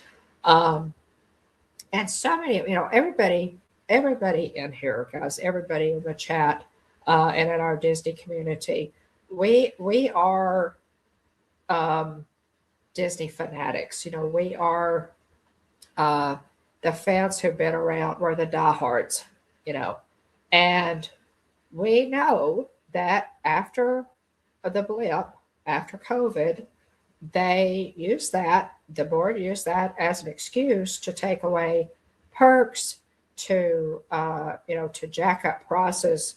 Yeah, Golly, crazy, crazy prices. I'm really hoping, even after we thought it was all Bob Chapek, and even after Bob Iger stepped back out of retirement, yeah, when they booted Bob Chapek. Um, it's I we had great hope that the parks would turn around some. They Yeah. didn't. And so I'm really, really hoping Josh tomorrow is as much of a parks guy, I think, as you can get. We Yeah. have, it's always been the fans' impression Yeah. that he is, that he is, that he gets it. That he's That he more tuned in. understands Yeah. Walt's vision for the parks. He understands Walt's vision for the company. And so I'm truly hoping, hope that he has the board's ear and that Yeah. he can influence the board Yeah. or, you know, to get back to more of Yeah. Walt Disney's vision for the Now, parks. I really Jillian do. said, yeah. Yeah. Jillian said, as far as, her perspective on it, she had said that, hey, she said it does seem like he listens, because one of the big complaints about lightning lanes was, who wants to stay up till midnight, or have to wake up at 7 o'clock in the morning while you're on vacation Exactly. to book your lightning lane. And so, due to guest feedback, they Right. made adjustments to that. So, she said, I do feel like he does listen. And so, hopefully, and that's it, and again, folks, if Disney sends you a survey, fill that thing out and fill Fill it it out out. honestly. Yeah. Absolutely. Because they do. Disney has always really, really been good about listening to guests. Now, Yeah. again, since COVID is really that was the line in the sand, if you will, for so many of the things that have happened post COVID that have been really negative, as far as the direction, that they took the parks. They took away perks. There are so many perks that they've taken away. It would literally take us until, the morning if we were to enumerate all of them. And the prices have gone up, and prices, and I forget what the percentage is. And oh, well, prices went up everywhere. Prices went up at Disney like 6 times the rate of inflation. Yeah. It has not been, a normal, Yeah. acceptable, rise in pricing. And that's how they're making up for the attendance drop, because Yes. I just did a quick Google search. 2019, they had 58.78 million guests visit Walt Disney World across all 4 theme parks. So 58.78. 2024, the most recent data point I see is 49.1. So that's little under 9 million, eight and some change. Less gas. And I'm thinking that it's a catch-22. They have fewer guests because the prices are so high. Yeah. And so yeah. So it's definitely interesting. I mean, for sure, looking at it, 2017, 55.87 million, 2018, 58.31 million, and then 2019, 58.78 million. So we've not reached those numbers, close to those numbers since COVID. So, but again, they're making up for it by, all of a sudden we're charging for lightning lanes, and the prices of everything at the parks are increasing. So, I'd seen, I think, some sort of quote from Bob Iger in the last few months talking about, we hear you, basically. But well, Tony, we agree with you. We agree with you. Yeah. Tony says the parks deserve a redemption era. Yeah. Tina is still asking a question: are they going to bring back sending packages, being able to send packages back to a resort? Yeah. That's a valid question. And so, put a pin in that. Put a pin in that thought. because let me bring up a quote for you. Michael Eisner, former Disney CEO, tweeted, congratulations to Josh D'Amaro for becoming the CEO of the Walt Disney Company. And congratulations to Chairman James Gorman for making such a wise pick, as well as promoting Dana Walden to President and Chief Creative Officer. My advice to Josh is to continue Bob Iger's strategy that creativity will handle profits. Always protect the brand and keep close the words of Walt Disney. Here's the quote from Walt Disney. We love to entertain kings and queens, but the vital thing is to remember is this: every guest receives the VIP treatment. Good luck. Is what Michael Eisner tweeted. Michael Eisner. Well, and Michael, there's a lot in that. There's a lot in that. And maybe a little jab there at you're catering to the rich and you're leaving the average person behind. And Walt, we've talked about that. Walt Disney simply would not be happy with that. I mean, that's just so. Yeah, I mean, you talk about certain things, like we're looking at the hours of operation for our trip in March, and granted, this is like we'll be there a week before the regular spring break folks are there. Everything closes at 9. Every park closes at or before 9:00 p.m. Wow. Yeah, Animal Kingdom closes at 6. And so it's it's like, well, and granted, we're not staying at a deluxe resort, so we don't get the extra evening hours. We just get the little 30 minutes in the morning. Which is another jab. Right. All of the resorts used to get that. Right. If you were staying on Disney property, it didn't matter if you were staying welcome in April. At bottom tier or top, at All-Star Sports or Grand Floridian. Right. Got those extra magic hours. Everybody across the board got it. And now it's for deluxe resorts only.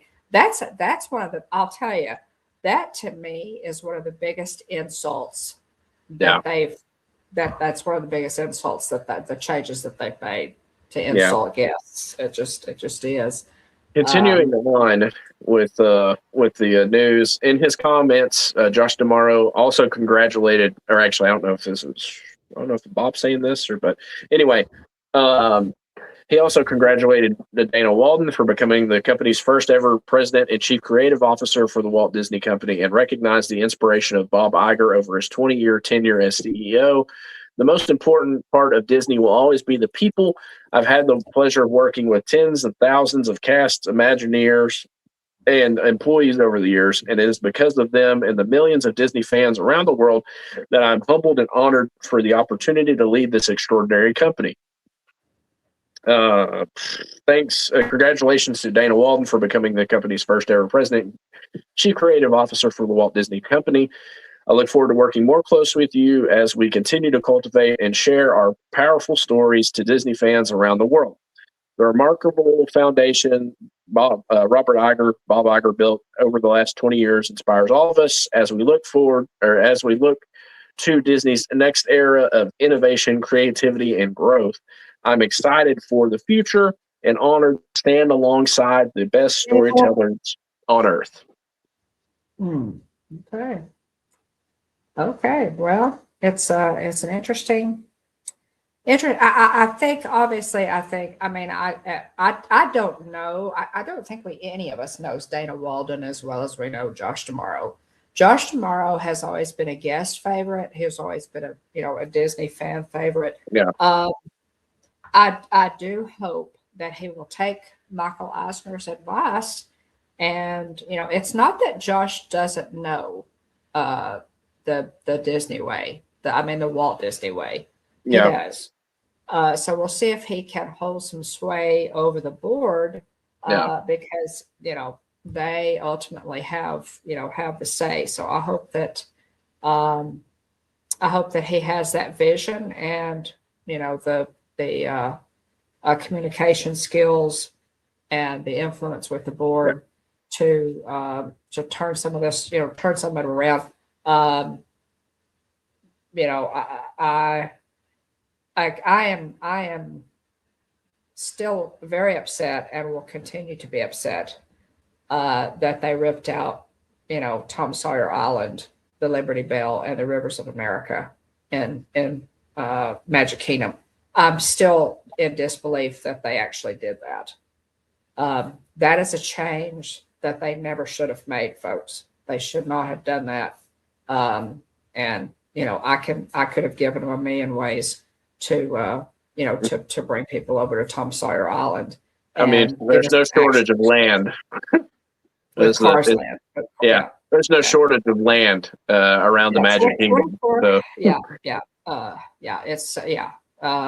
There isn't. So that's one that they can't fix that. That can never be fixed. And I'll just tell you that that's something that has really upset me. So probably the biggest one, and that's just there's no going back from it. Yeah. So we'll see what they do, from here on out. I know fans, generally speaking, are, I think ladies think that Josh D'Amaro's handsome, and that he's, he's very handsome. He's a bit more charismatic than, especially. But say the least. Ever since somebody said that Bob Chapek looked like a human thumb, I've never been able to. I've never been able to put that that mental picture out of my head. But people have said, especially like around the fans, he's a good D23 guy. He's a good hype man for stuff. And so, Well, when Disney, and again, we said this ever since they started making all these horrible decisions. Anytime they wanted to try to soften the blow, at D23 or whatever, they would trot Josh D'Amaro out to give us the news, hoping that they didn't boo. They wouldn't boo him out of the building. Exactly. Yeah. Exactly. And even he, let me just. It's our show, so I can say what I want. Even he did not have the backbone, shall we say, to announce at D23 there are plans to tear out Tom Sawyer Island. No. They waited, y'all, and this came from eyewitness accounts. They waited until the hall was almost empty at the very end, when most of the fans had left, to announce that they were tearing out the Rivers of America, Tom Sawyer Island, and the Liberty Bell. And Josh D'Amaro made that. It's like, oh, by the way, we're doing this. So even Josh didn't have the nerve to announce that. It with the other major announcements when the hall was full. I thought it was very cowardly, but Anyway, we'll see how he does after that. We're rooting for him. We want him to do a great job. I am rooting for him. I am totally rooting for him. But after that happened, that greatly diminished my respect for Josh D'Amaro. Up until that point, I thought, oh, he totally gets it. He totally gets it. And I understand that, that the board has most of the power, but Josh, please, man, pull us out of this ditch. Yeah. Did you see? Let me look up these comments. Nelson, have you seen Nelson Peltz's comments? No, I haven't looked at any comments today. I've had my head down. He do some. He's. I don't want to subscribe to the Wall Street Journal. Because I read this earlier. Peltz, hold on a second here. Peltz, is skeptical. So Nelson Peltz is the billionaire co-founder of CEO of the Trian Fund Management. he thinks that the reason Josh got the role is because, quote unquote, Iger needs a reason to stay on. Pelt says, if he put the person in charge of entertainment as the CEO, he wouldn't have an excuse to stay on.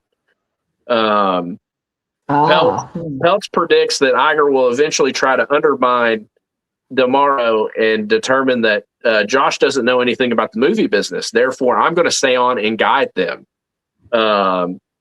So anyway, he's interesting. Yeah. So anyway, it's very interesting.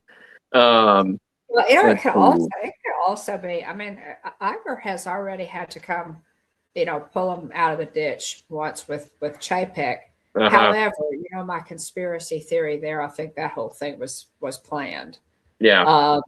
And I've talked about it before, so I won't go into it again. Yeah. But at this point, I think Iger may just be ready to ride off into the sunset and enjoy his millions.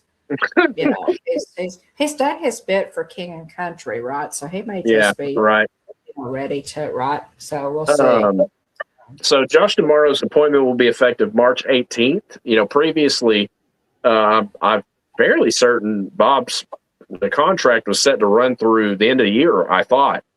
I thought that's what they said, yeah. But DeMaro's appointment will be effective March 18th. So Iger will remain a senior advisor and member of the Disney board until his retirement at the end of the year. Okay, so there you go. James Gorman, chairman of Disney's board, orchestrated the succession process. Gorman says the second transition attempt will go smoother and told Variety that DeMauro isn't a complete newbie to the entertainment sphere. His quote from Gorman says, he has some experience. He's been sitting on Bob's operating committee for several years. He's participated in a number of the movie versions as they've gone through the various editing processes. He's worked with directors like bringing in James Cameron and bringing in the Avatar franchises into the theme park. Gorman said on Tuesday, it's not like he's come out of nowhere. Peltz has been back to Peltz, has been a longtime adversary of Iger, having waged 2 high-profile proxy wars against Disney over his many rights with the company, including its prior succession plan. He wanted a seat on the board. Yep. This a couple of years ago, he was vying for a seat on the board, and but it didn't happen because the stockholders voted against him, and BlackRock. One of the BlackRock executives, if you're familiar with that, was also vying for a spot on the board at that point, and none of it went through. Yeah, Disney waged a pretty heavy campaign to keep Pelt and BlackRock executives off the Disney board. So. Yeah. Peltz alleged that Disney's board failed to do its job the first time around by not properly vetting Chapek. Freudian slip there. Chapek. We've made fun of his name so many times. As mentally goes to the joke version of his name. After the activist investor, this is Peltz, lost his bid to win seats on the Mouse House's board, he reportedly sold all of his Disney stock and made about $1 billion on the sale. So, okay. Hey. Peltz took his ball and went home to the tune of $1 billion. That's a big ball. Yeah. Okay. Well, Bob Iger was CEO of the Walt Disney Company from 2005 to 2020. And then 2022 until March 18th of this year. Okay. So Tina says 2 things I have heard. One, Iger may or may not have been named on a certain bunch of files recently dumped into Chapek. Now, I have heard that Iger might be interested in running for president. I have heard that. Board didn't want him running from the CEO chair. I have heard that. How true that is, I don't know, but I've also heard that, Tina, that he had entertained the notion. Yes, Tina says that the name is properly pronounced Chapek. We called him so many things. Oh my goodness! But it was That's funny. earned. All of the names. Oh, it was. There's no doubt about that. Have a good night, Robert. Yeah. Well. Yeah. At We're any pulling rate, for you, Josh. You know, if you, yeah, right. We're pulling for you, Josh. You know, again, if you can, you know, kind of guide things back closer to Walt's vision for pretty much everything from the company's operation perspective. The number one thing that I would like to see Disney not do is this big push for AI, and they just dumped like a, you know, somebody just said the other day, the company that Disney's dumping all this money into is just a absolute money pit related to AI. And I saw several high, headlines that people had pulled from various news articles, and just like, you know, just basically talking about how terrible of an investment that it is to invest in this company. So anyway, I prefer, you know, I know a lot of people love AI. There's people that have full blown, you know, conversational daily routine interactions with AI and chatbots. I'm not among them.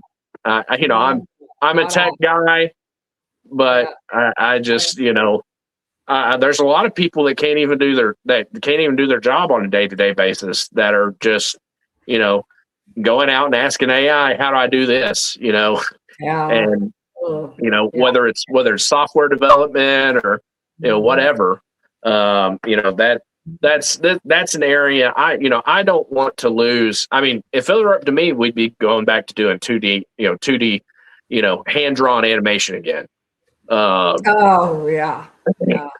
And, you know, and hopefully, I heard rumors that they might be doing that, going back to do at least some projects, not everything computer generated. But anyway, ink and paint. Yeah. Right. So anyway, yeah, I'm not a big AI guy, and you know, they've already invested or committed to invest a lot of money into it. So yeah. We shall see. It's in its infancy, or at least it's still a toddler, and so we'll see.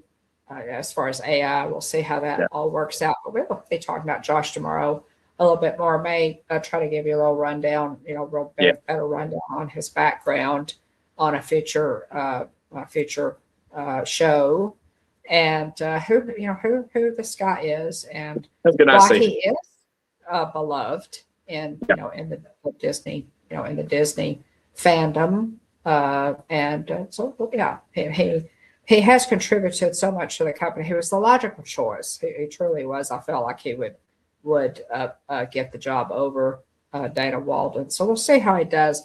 I do root for him.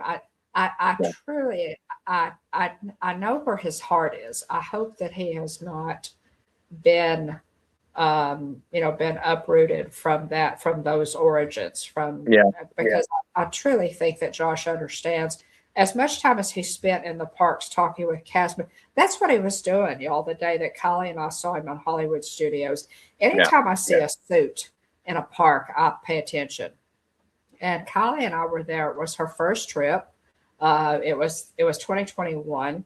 And I was walking, Kylie and I were walking towards,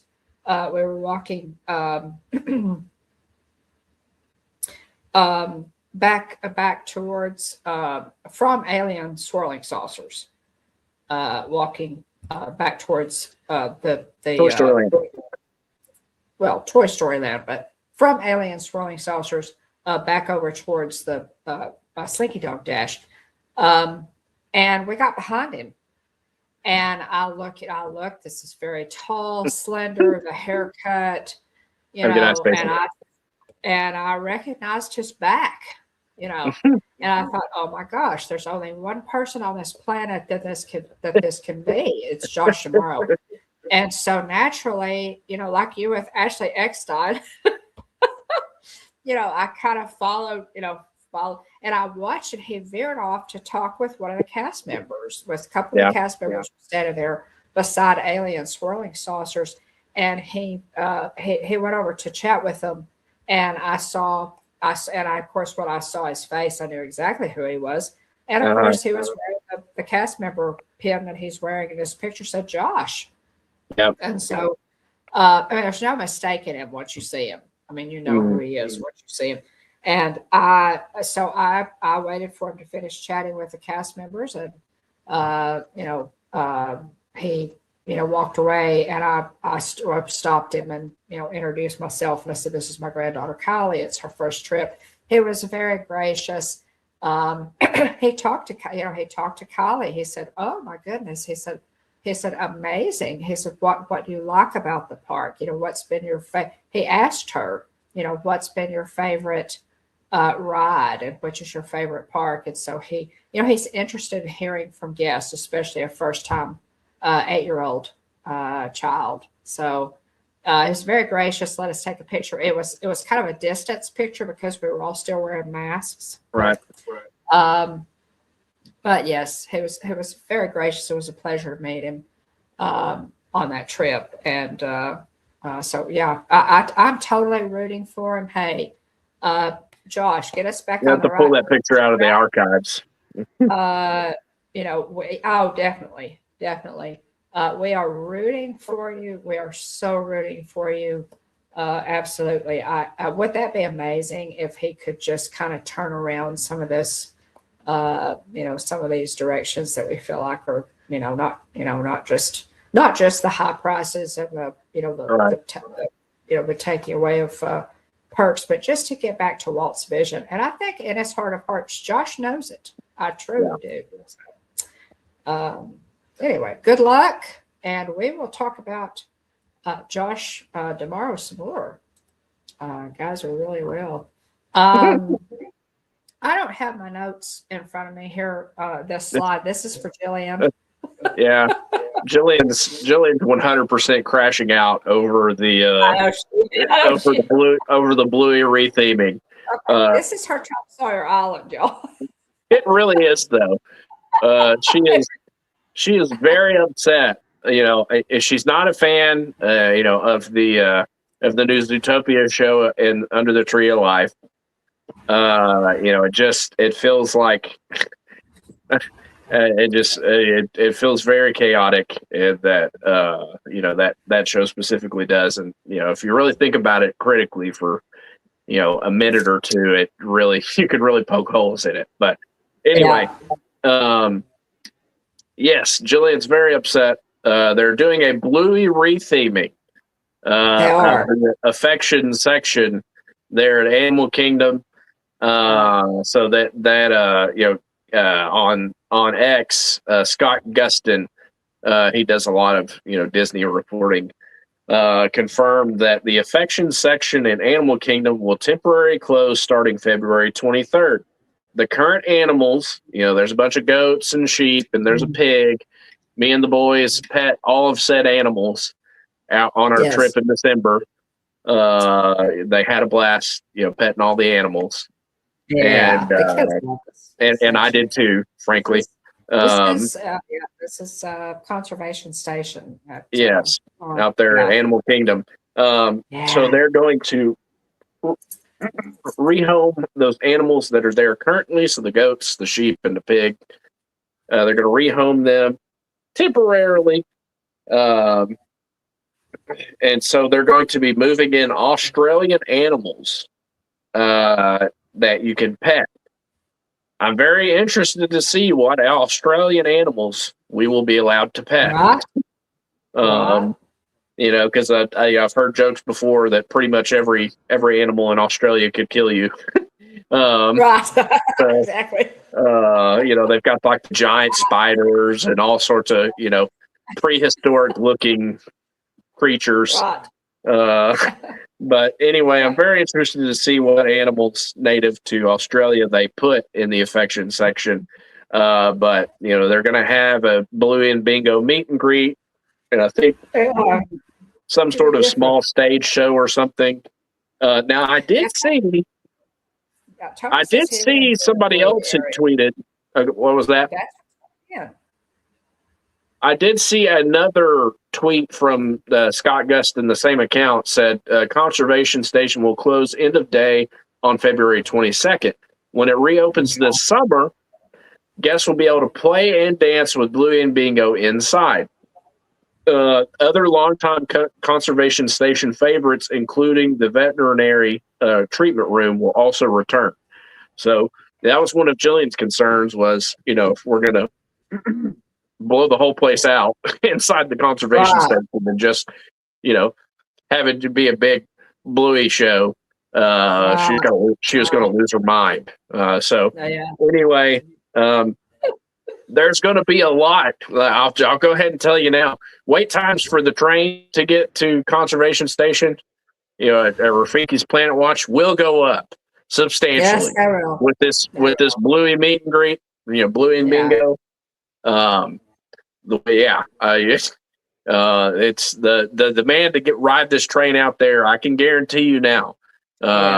Wait times will be higher to get on this train to go out there. Yes. Yes, So which plan accordingly. just here's my my Tom Sawyer throw in here. If they had some kind of a meet and greet out on Tom Sawyer Island, hey, Right. just saying, Right. I could have told them how to fix this underused area of the park, but okay. So anyway, Not that I'm bitter at all. right. Yeah. So we'll see what this all looks like, and once they're done executing what they're doing out there. So emphasis on executing. Yes. yeah. So we will we'll see where we land with all of that out there. I'm glad that we went out there on our last trip. Jillian, I hung out with the boys at the and let them pet the animals while Jillian and her mom and her dad did the drawing, and I'm trying to remember. Yes, I can't remember who they drew, but the animation experience is a lot of fun. They're going to be moving that. I still haven't seen that they're going to close it at Conservation Station, but I feel like they're not going to have a choice. Right. And it was part of the fun of going out there. Was doing the train. But they're going to offer that at Hollywood Studios in the space that it used to be in. So. Okay. All right. And dinosaur. Yeah. We're no longer counting down to extinction. Extinction is upon us. So it is. It totally is. So there's a big crater that the asteroid's hit. Yeah, right. The asteroid has taken out. This is Kylie, of course, in the queue line there for dinosaur on one of our trips. She loved dinosaur. She really did enjoy this ride. She thought it was she had never ridden it, and so she just couldn't believe how jerky it was, and the dinosaurs, and it's dinosaurs very different than every other Disney ride. It really is. It's a very unique ride, and so she was like, "Wow, this is different." you think about. One second, I'm trying to find him. Where is he? Where is he?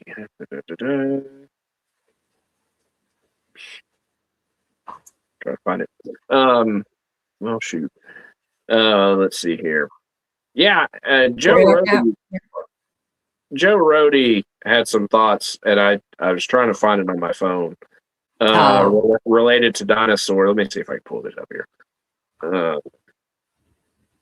There we go. He's going to be sharing more information on it too. Hold on a second, I'm trying to find it. No, this is more information. Okay, you can go out there and search Joe Rohde dinosaur, and there's some several really good articles. There was one specifically that I had seen with a neat quote. Here it is. Yeah.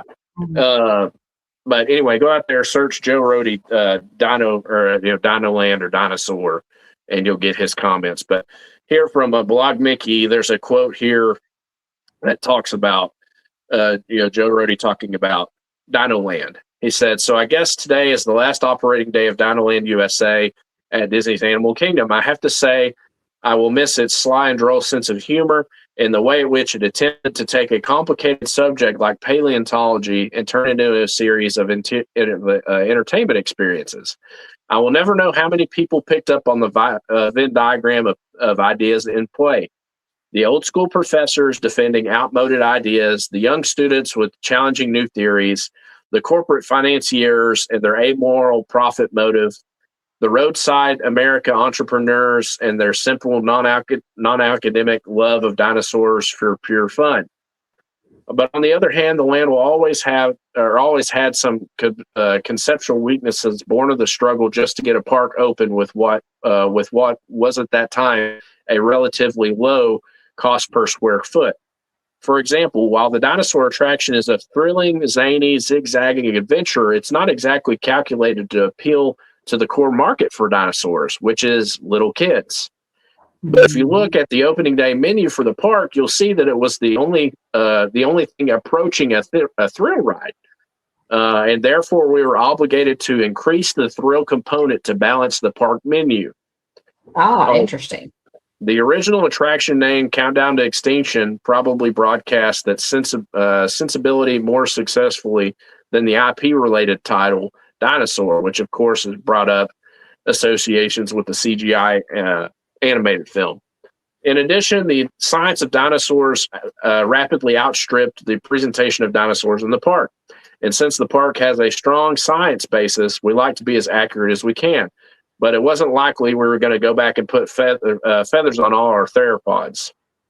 I might spend some time doing a few historical posts on Dino Land in memoriam, but I want to make it clear that I have from afar been watching the development of the new land, Pueblo Esperanza, and I can assure you that the team is doing an excellent job with the challenge at hand. But for today, have fun and take lots of pictures." That's Joe Rohde's thoughts on Dino Land USA's closing day. Right. Okay. Okay. Have fun. Take lots of pictures. Yeah. Yeah, Dr. Marsh finally pulled the plug, right? Pam. I took some pictures, from our December trip. Jonathan says. Right. I took some pictures on my previous trip there in December of Dino Land and some of the decorations. There were stockings set up for each of the for cast member, like for Grant Seeker and Dr. Marsh. Right. There were stockings set up, and there was an Employee of the Month statue that had Dr. Seeker's name on it and stuff. And I got they had a frozen hot chocolate there, for the holidays. Phenomenal. It was really, really good. And so I got that and shared it with Wesley as we were waiting, for Jillian and her mom to ride the ride. Anyway, took some pictures. I took a picture of Wesley out in front of the Dino Land sign, the Dino Institute sign. So anyway, excellent question, Tina. Right. But so we'll there's a lot of stuff, Animal Kingdom's going to be, they've got a lot of work going on out there. So they do. It seems like the Bluey retheme is going to happen quickly, from February to summer is their window for that. I think they're supposed to kick off for Cool Kids Summer, which starts at the end of May. So really, if it closes February 23rd or 22nd being the last operating day, they've got about 3 months to overhaul that. So, we'll see how big of a lift they actually end up, making with all the Bluey stuff there. Well, they do have a lot going on. I'm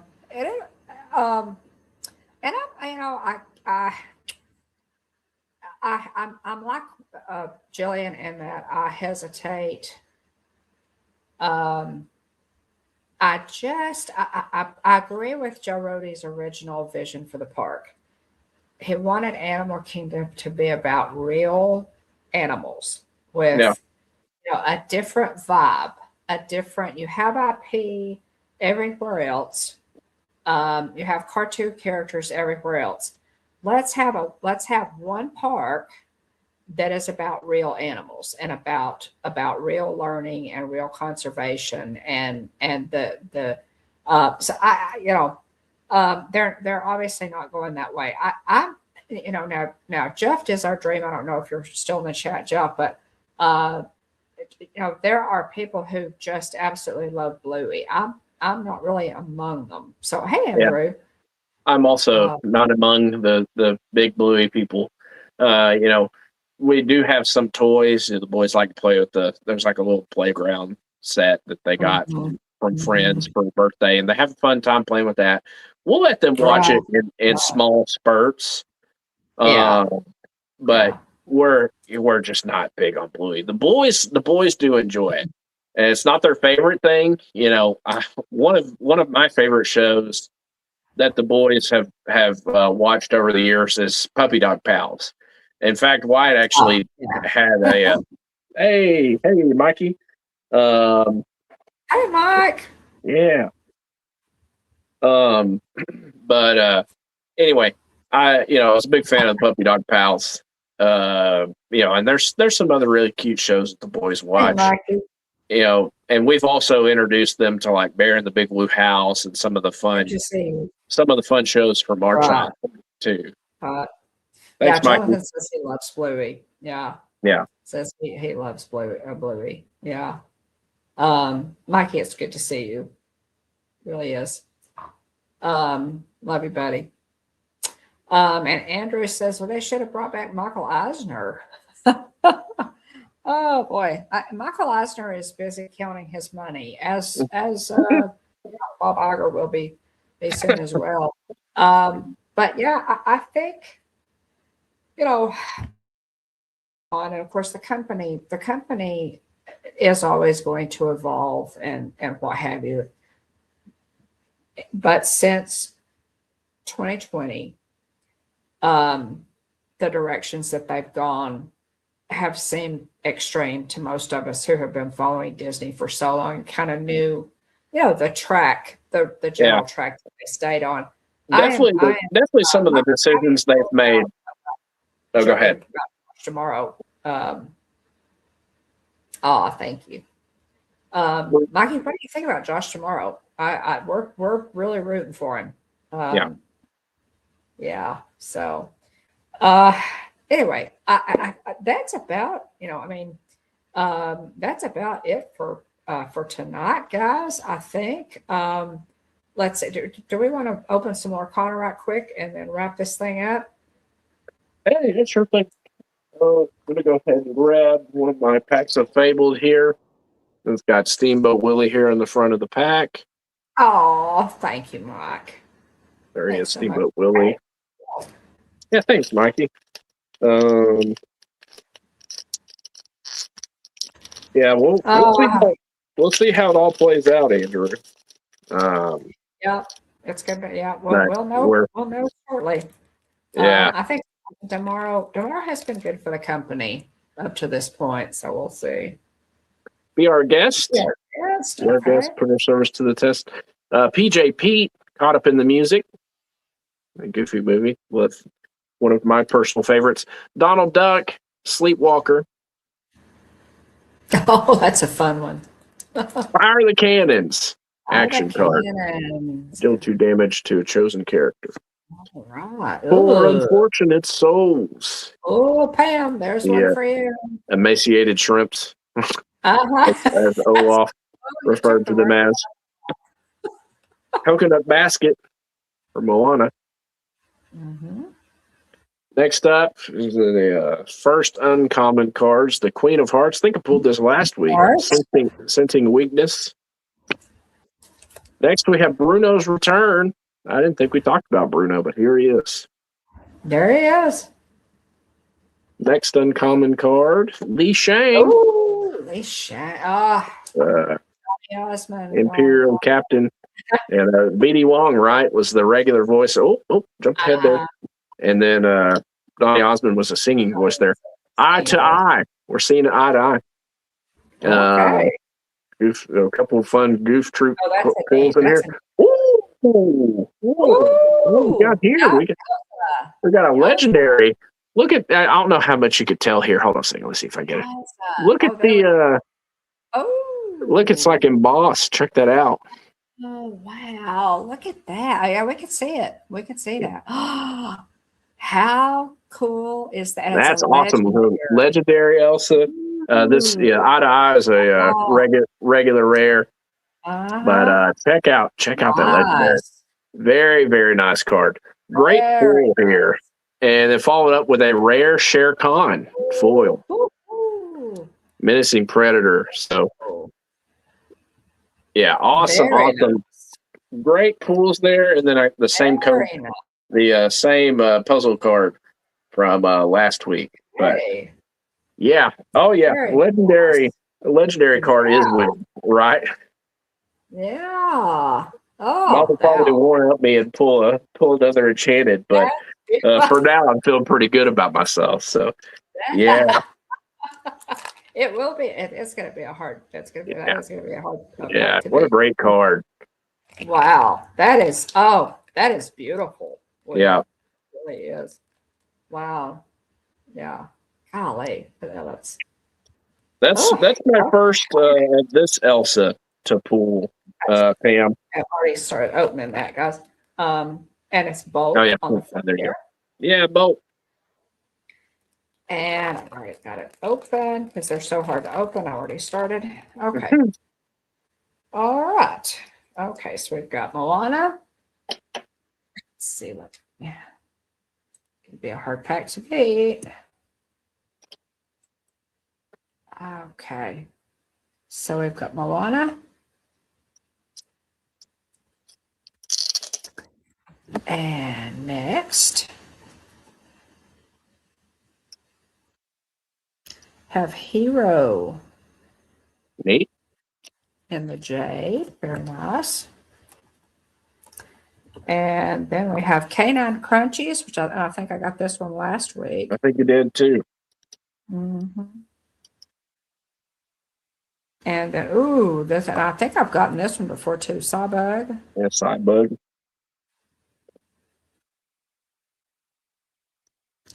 And then let's see. Yzma. Oh, I feel like this is a. I did open that this one's fun. That one's fun. So you're pulling Arcasia's Island, right? Is the packs that you're opening? So that's the pack that they're giving out to folks to do the quest for at Epcot for Festival of the Arts. Right. So what some people are doing, they give you a free pack to open, right? And they only distribute so many in the morning. What people have been doing is people that are Lorcana fans or, that have extras, because a lot of the cards you need to complete the quest are commons and uncommons, right? So a lot of people who have opened Arcasia's Island and their Lorcana collectors bring extra cards to help people complete their quests. And so they'll trade with people or even give away cards to help people complete their quest. That way they can get their promo card.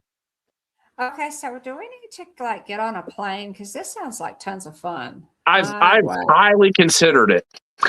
Yeah, before they stop that. Yeah, is this to go on for the whole Festival of the Arts? Yes, to my knowledge. I guess as long as supplies last, and it seems like they only distribute there's a long line. I've heard that the line usually goes out toward Mr. Smee. It goes from around the spot where they give out Uncrustables. It does, doesn't it? So that bridge between the what's the name of it? That new topiary area, Dreamers Point, is it? But where the Walt statue is. So there's that bridge that goes from there to the Walt Showcase, and there where they distribute the Uncrustables is where they're giving people their quest booklets, and their packs of Lorcana. From what I've heard, that line Oh, stretches gotcha. usually stretches all the way down and over toward like mission space. Mm-hmm. First thing in the morning. And from what I've heard is there you go, Jonathan. From what I've heard is you got to go there like first thing in the morning. They only have so Okay. many that they give out per day. Okay, so I got into the last ones and didn't even. Okay, so this is a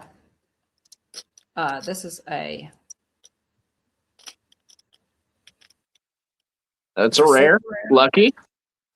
This is a rare. Yep, rare, lucky there. Uncommon is what I. And then we have got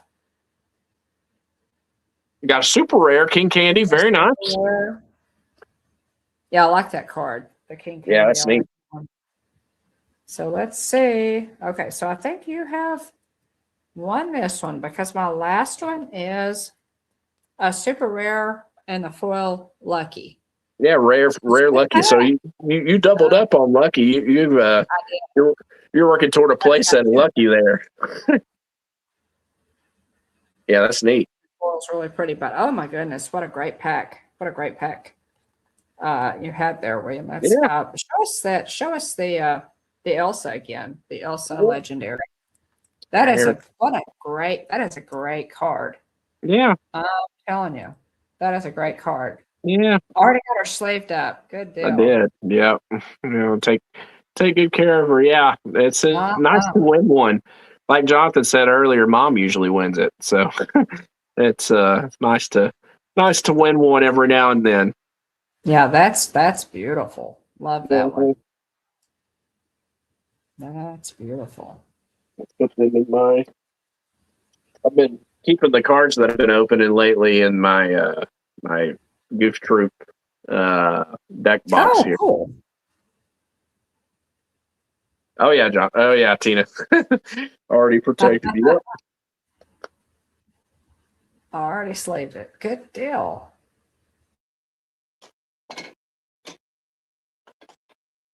All right. Let's see. On to. Good deal. Let's see. On to Mom. Again, go check out Mom's video if you missed it earlier, like I did, of her her reviews for both Zootopia 2 and then Zootopia Better Together, the new show there at Animal Kingdom underneath the Tree of Life in the Tree of Life Theater. So check that out if you missed it, just like I did earlier. That was it premiered at 8:00 p.m., hour before our stream tonight. So check that out if you missed it, and let us know what you think. Leave us a comment there. Let us know what you thought of the new show. Absolutely. As always, if you're looking to plan a Disney trip or a cruise, reach out to Jillian, my wife, and book her trip. She'd be glad to help you out.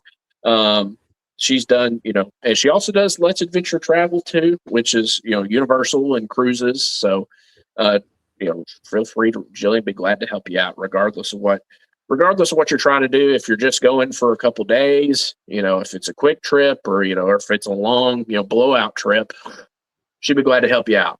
But there are some new deals that were released recently, as well as new cruise deals that dropped last week. So if you haven't already, feel free to reach out to Jillian. Her information's in the description below.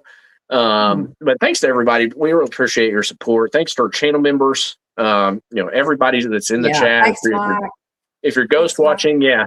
So Mikey was texting me earlier in the stream. He took a video of a ride through of Dinosaur. So he said, we could feel free to play that if we wanted to. But if go check out the blind guy Mike Wheeler here in the chat. Go check out his dinosaur ride through video. Since we talked about it, we'll miss it. We're interested to see all the stuff we're getting. So all the stuff we're getting is all new here at Animal Kingdom. So it's not been done other places. This whole tropical Sure. Americas, Pueblo Esperanza, Sure. the Encanto attraction, the big wooden carousel with the characters, the Indiana Jones ride. It's all new. Granted, the ride track will be the same as it was for Dinosaur. I'm sure they're going to change some of the motion and everything, but Sure. anyway, Yeah. it's all That's new. good. So, I think it's gonna be. um, That's a good. but yeah, Yeah, thanks to it's not everybody for being been done. here. If Yeah. you're just able to hang out for just a little bit, feel free to always feel Oh, free to gotcha. drop in and say hey. And let's see. Oh yeah, it's public on his not public on his page. Oh, sorry. Oh, gotcha. Okay. Gotcha. But let's see. Yeah, thanks everybody for being here. Thanks to the Dean at the Live Place for maintaining that site. It's basically a TV guide listing for family-friendly live streams. Big shout out to Dean for improving and maintaining that site. Check out Dean's YouTube channels if you haven't already. Dreamers Empire and The Live Place. So thanks again to Dean for maintaining theliveplace.com. If you haven't already, if you're a YouTube creator and you want to grow your channel, check out TubeBuddy. It's a great tool. It helps you track viewing trends, suggest the keywords for titles and tags, and helps you track channel data that's really useful to help grow your channel. Basic version's free. If you have under 1,000 subs, there's a discounted version. And so if you're interested in that, use our link. We both get a free month. Speaking of free, if you're interested in good quality, low cost promotional items, check out Stickermule. Buttons, stickers, magnets, pins, keychains, anything along those lines. Check out Stickermule. Use our link in the description. We both get $10 credit for a future order. So, and shout out to everybody that's used any of our affiliate links. We really appreciate it. But thanks to everybody for being here. Again, thanks to people watching in ghost mode. We know that everybody's got a life and they're busy, and so we You're on really Team appreciate it. Yeah. If you're on Team Replay, make sure to leave us a comment. Let us know how you're feeling about Josh Tomorrow stepping in as a new CEO, or if you want to let us know what you think about the changes coming to Animal Kingdom. Sure. Leave us a comment. Let us know what you think. But thanks to Aunt Joy and Aunt Susan, Mandy Adams, Mom on screen here, Don the Hitchhiking Bones, Tina McNeil, Stacy Rogers, Nicole Roddenhisler, Jason Thibodeau, Jonathan Chung, Nico the Greco, Rob Fuzz, Robert Sprite, Broadway Samantha Lowe, Alex Kennett and family, Is Our Dream, Tonio Tower, Pam's Fam, April Etheridge, Kevin Theme Park Adventure, Andrew Panagiotis, and Mike Wheeler. We really appreciate all of you. Thanks for coming in and hanging out with us, talking all things Disney. We look forward to every Tuesday night, talking with y'all about whatever's coming up in the news. It feels like they always announce stuff on Tuesdays, so it gives us show content pretty much on a weekly basis. So it's very very generous of them to know that the Hitchhiking Bones stream on Tuesdays. On Tuesday. But yeah, shout out to the replay crew, the captains of our team replay, Lisa, Keith, and Joey of It's Joey's World. We appreciate y'all. Thanks. And thanks to our channel moderators keeping the chat family friendly. Let's see here. There was something else. Special thanks to our channel members, guys. Yeah. Anybody that you see in chat that appears in green, as members, and we appreciate you so much. If you want to help us out with with expenses, all that money goes toward expenses, new equipment, that kind of thing. But we really appreciate you guys being members of the channel and just that support. It just means the world to us. So a special thanks there. What were you saying, Ryan? I was just going to rattle off the other stuff. You go live every Tuesday night, 9:00 p.m. Central, 10:00 Eastern. Be sure to join us live or watching the replay. Like, subscribe, and ring the bell if you haven't already to get notifications when we go live or post new videos like Mom did earlier tonight. And hang out with us on social media. We're on Facebook, Instagram, and X. If you want to reach out to us directly, you can send us an email at thehitchhikingbones@gmail.com or send us a direct message on Instagram. We love hearing from y'all and love talking to y'all. So feel free to reach out anytime. Yeah, and we'll be glad to respond and talk with you. Anything else, Mom? I think that's it. We appreciate you again. Appreciate you being here, and I hope you guys enjoyed my video. It was a ton of fun to be able to do that. Just kind of one of those, how often do you get, a Disney movie at Disney Springs, and then to be able to go and see the same theme, ride slash movie. So that was kind of a unique opportunity.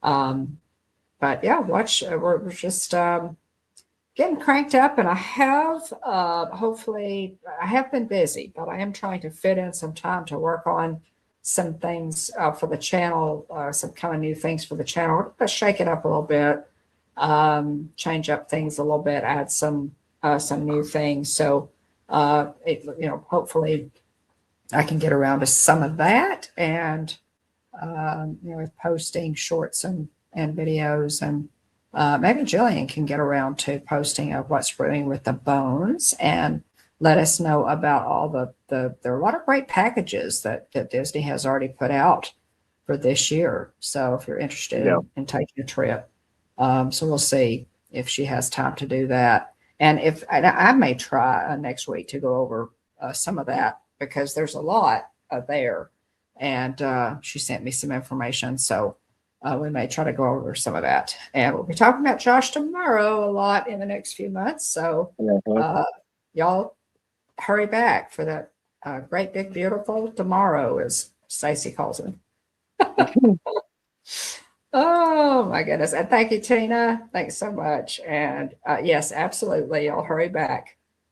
Have a great week, y'all. Stay warm. If you're in a part of the country that's still under snow or whatever, stay warm, because the groundhog said we're having 6 more weeks of winter. So and he has a pretty good batting average, as as Jonathan pointed out. So we appreciate you guys. Happy birthday, Joy. I think that's it. That's all I can think of anyway. All right. Yeah. Thanks everybody for being here. We really appreciate you. Again, it's a big encouragement to us. We're very thankful for y'all to come and spend time with us talking all things Disney. So thanks again. Hope you all have a wonderful week. Anything else you want to mention, Mom? At the Hitchhiking Bones YouTube channel, there is always room for one more. So please hurry back. Bye, everybody. Thanks, y'all. Have a great week. We appreciate you. Happy birthday, Joy. Bye, y'all.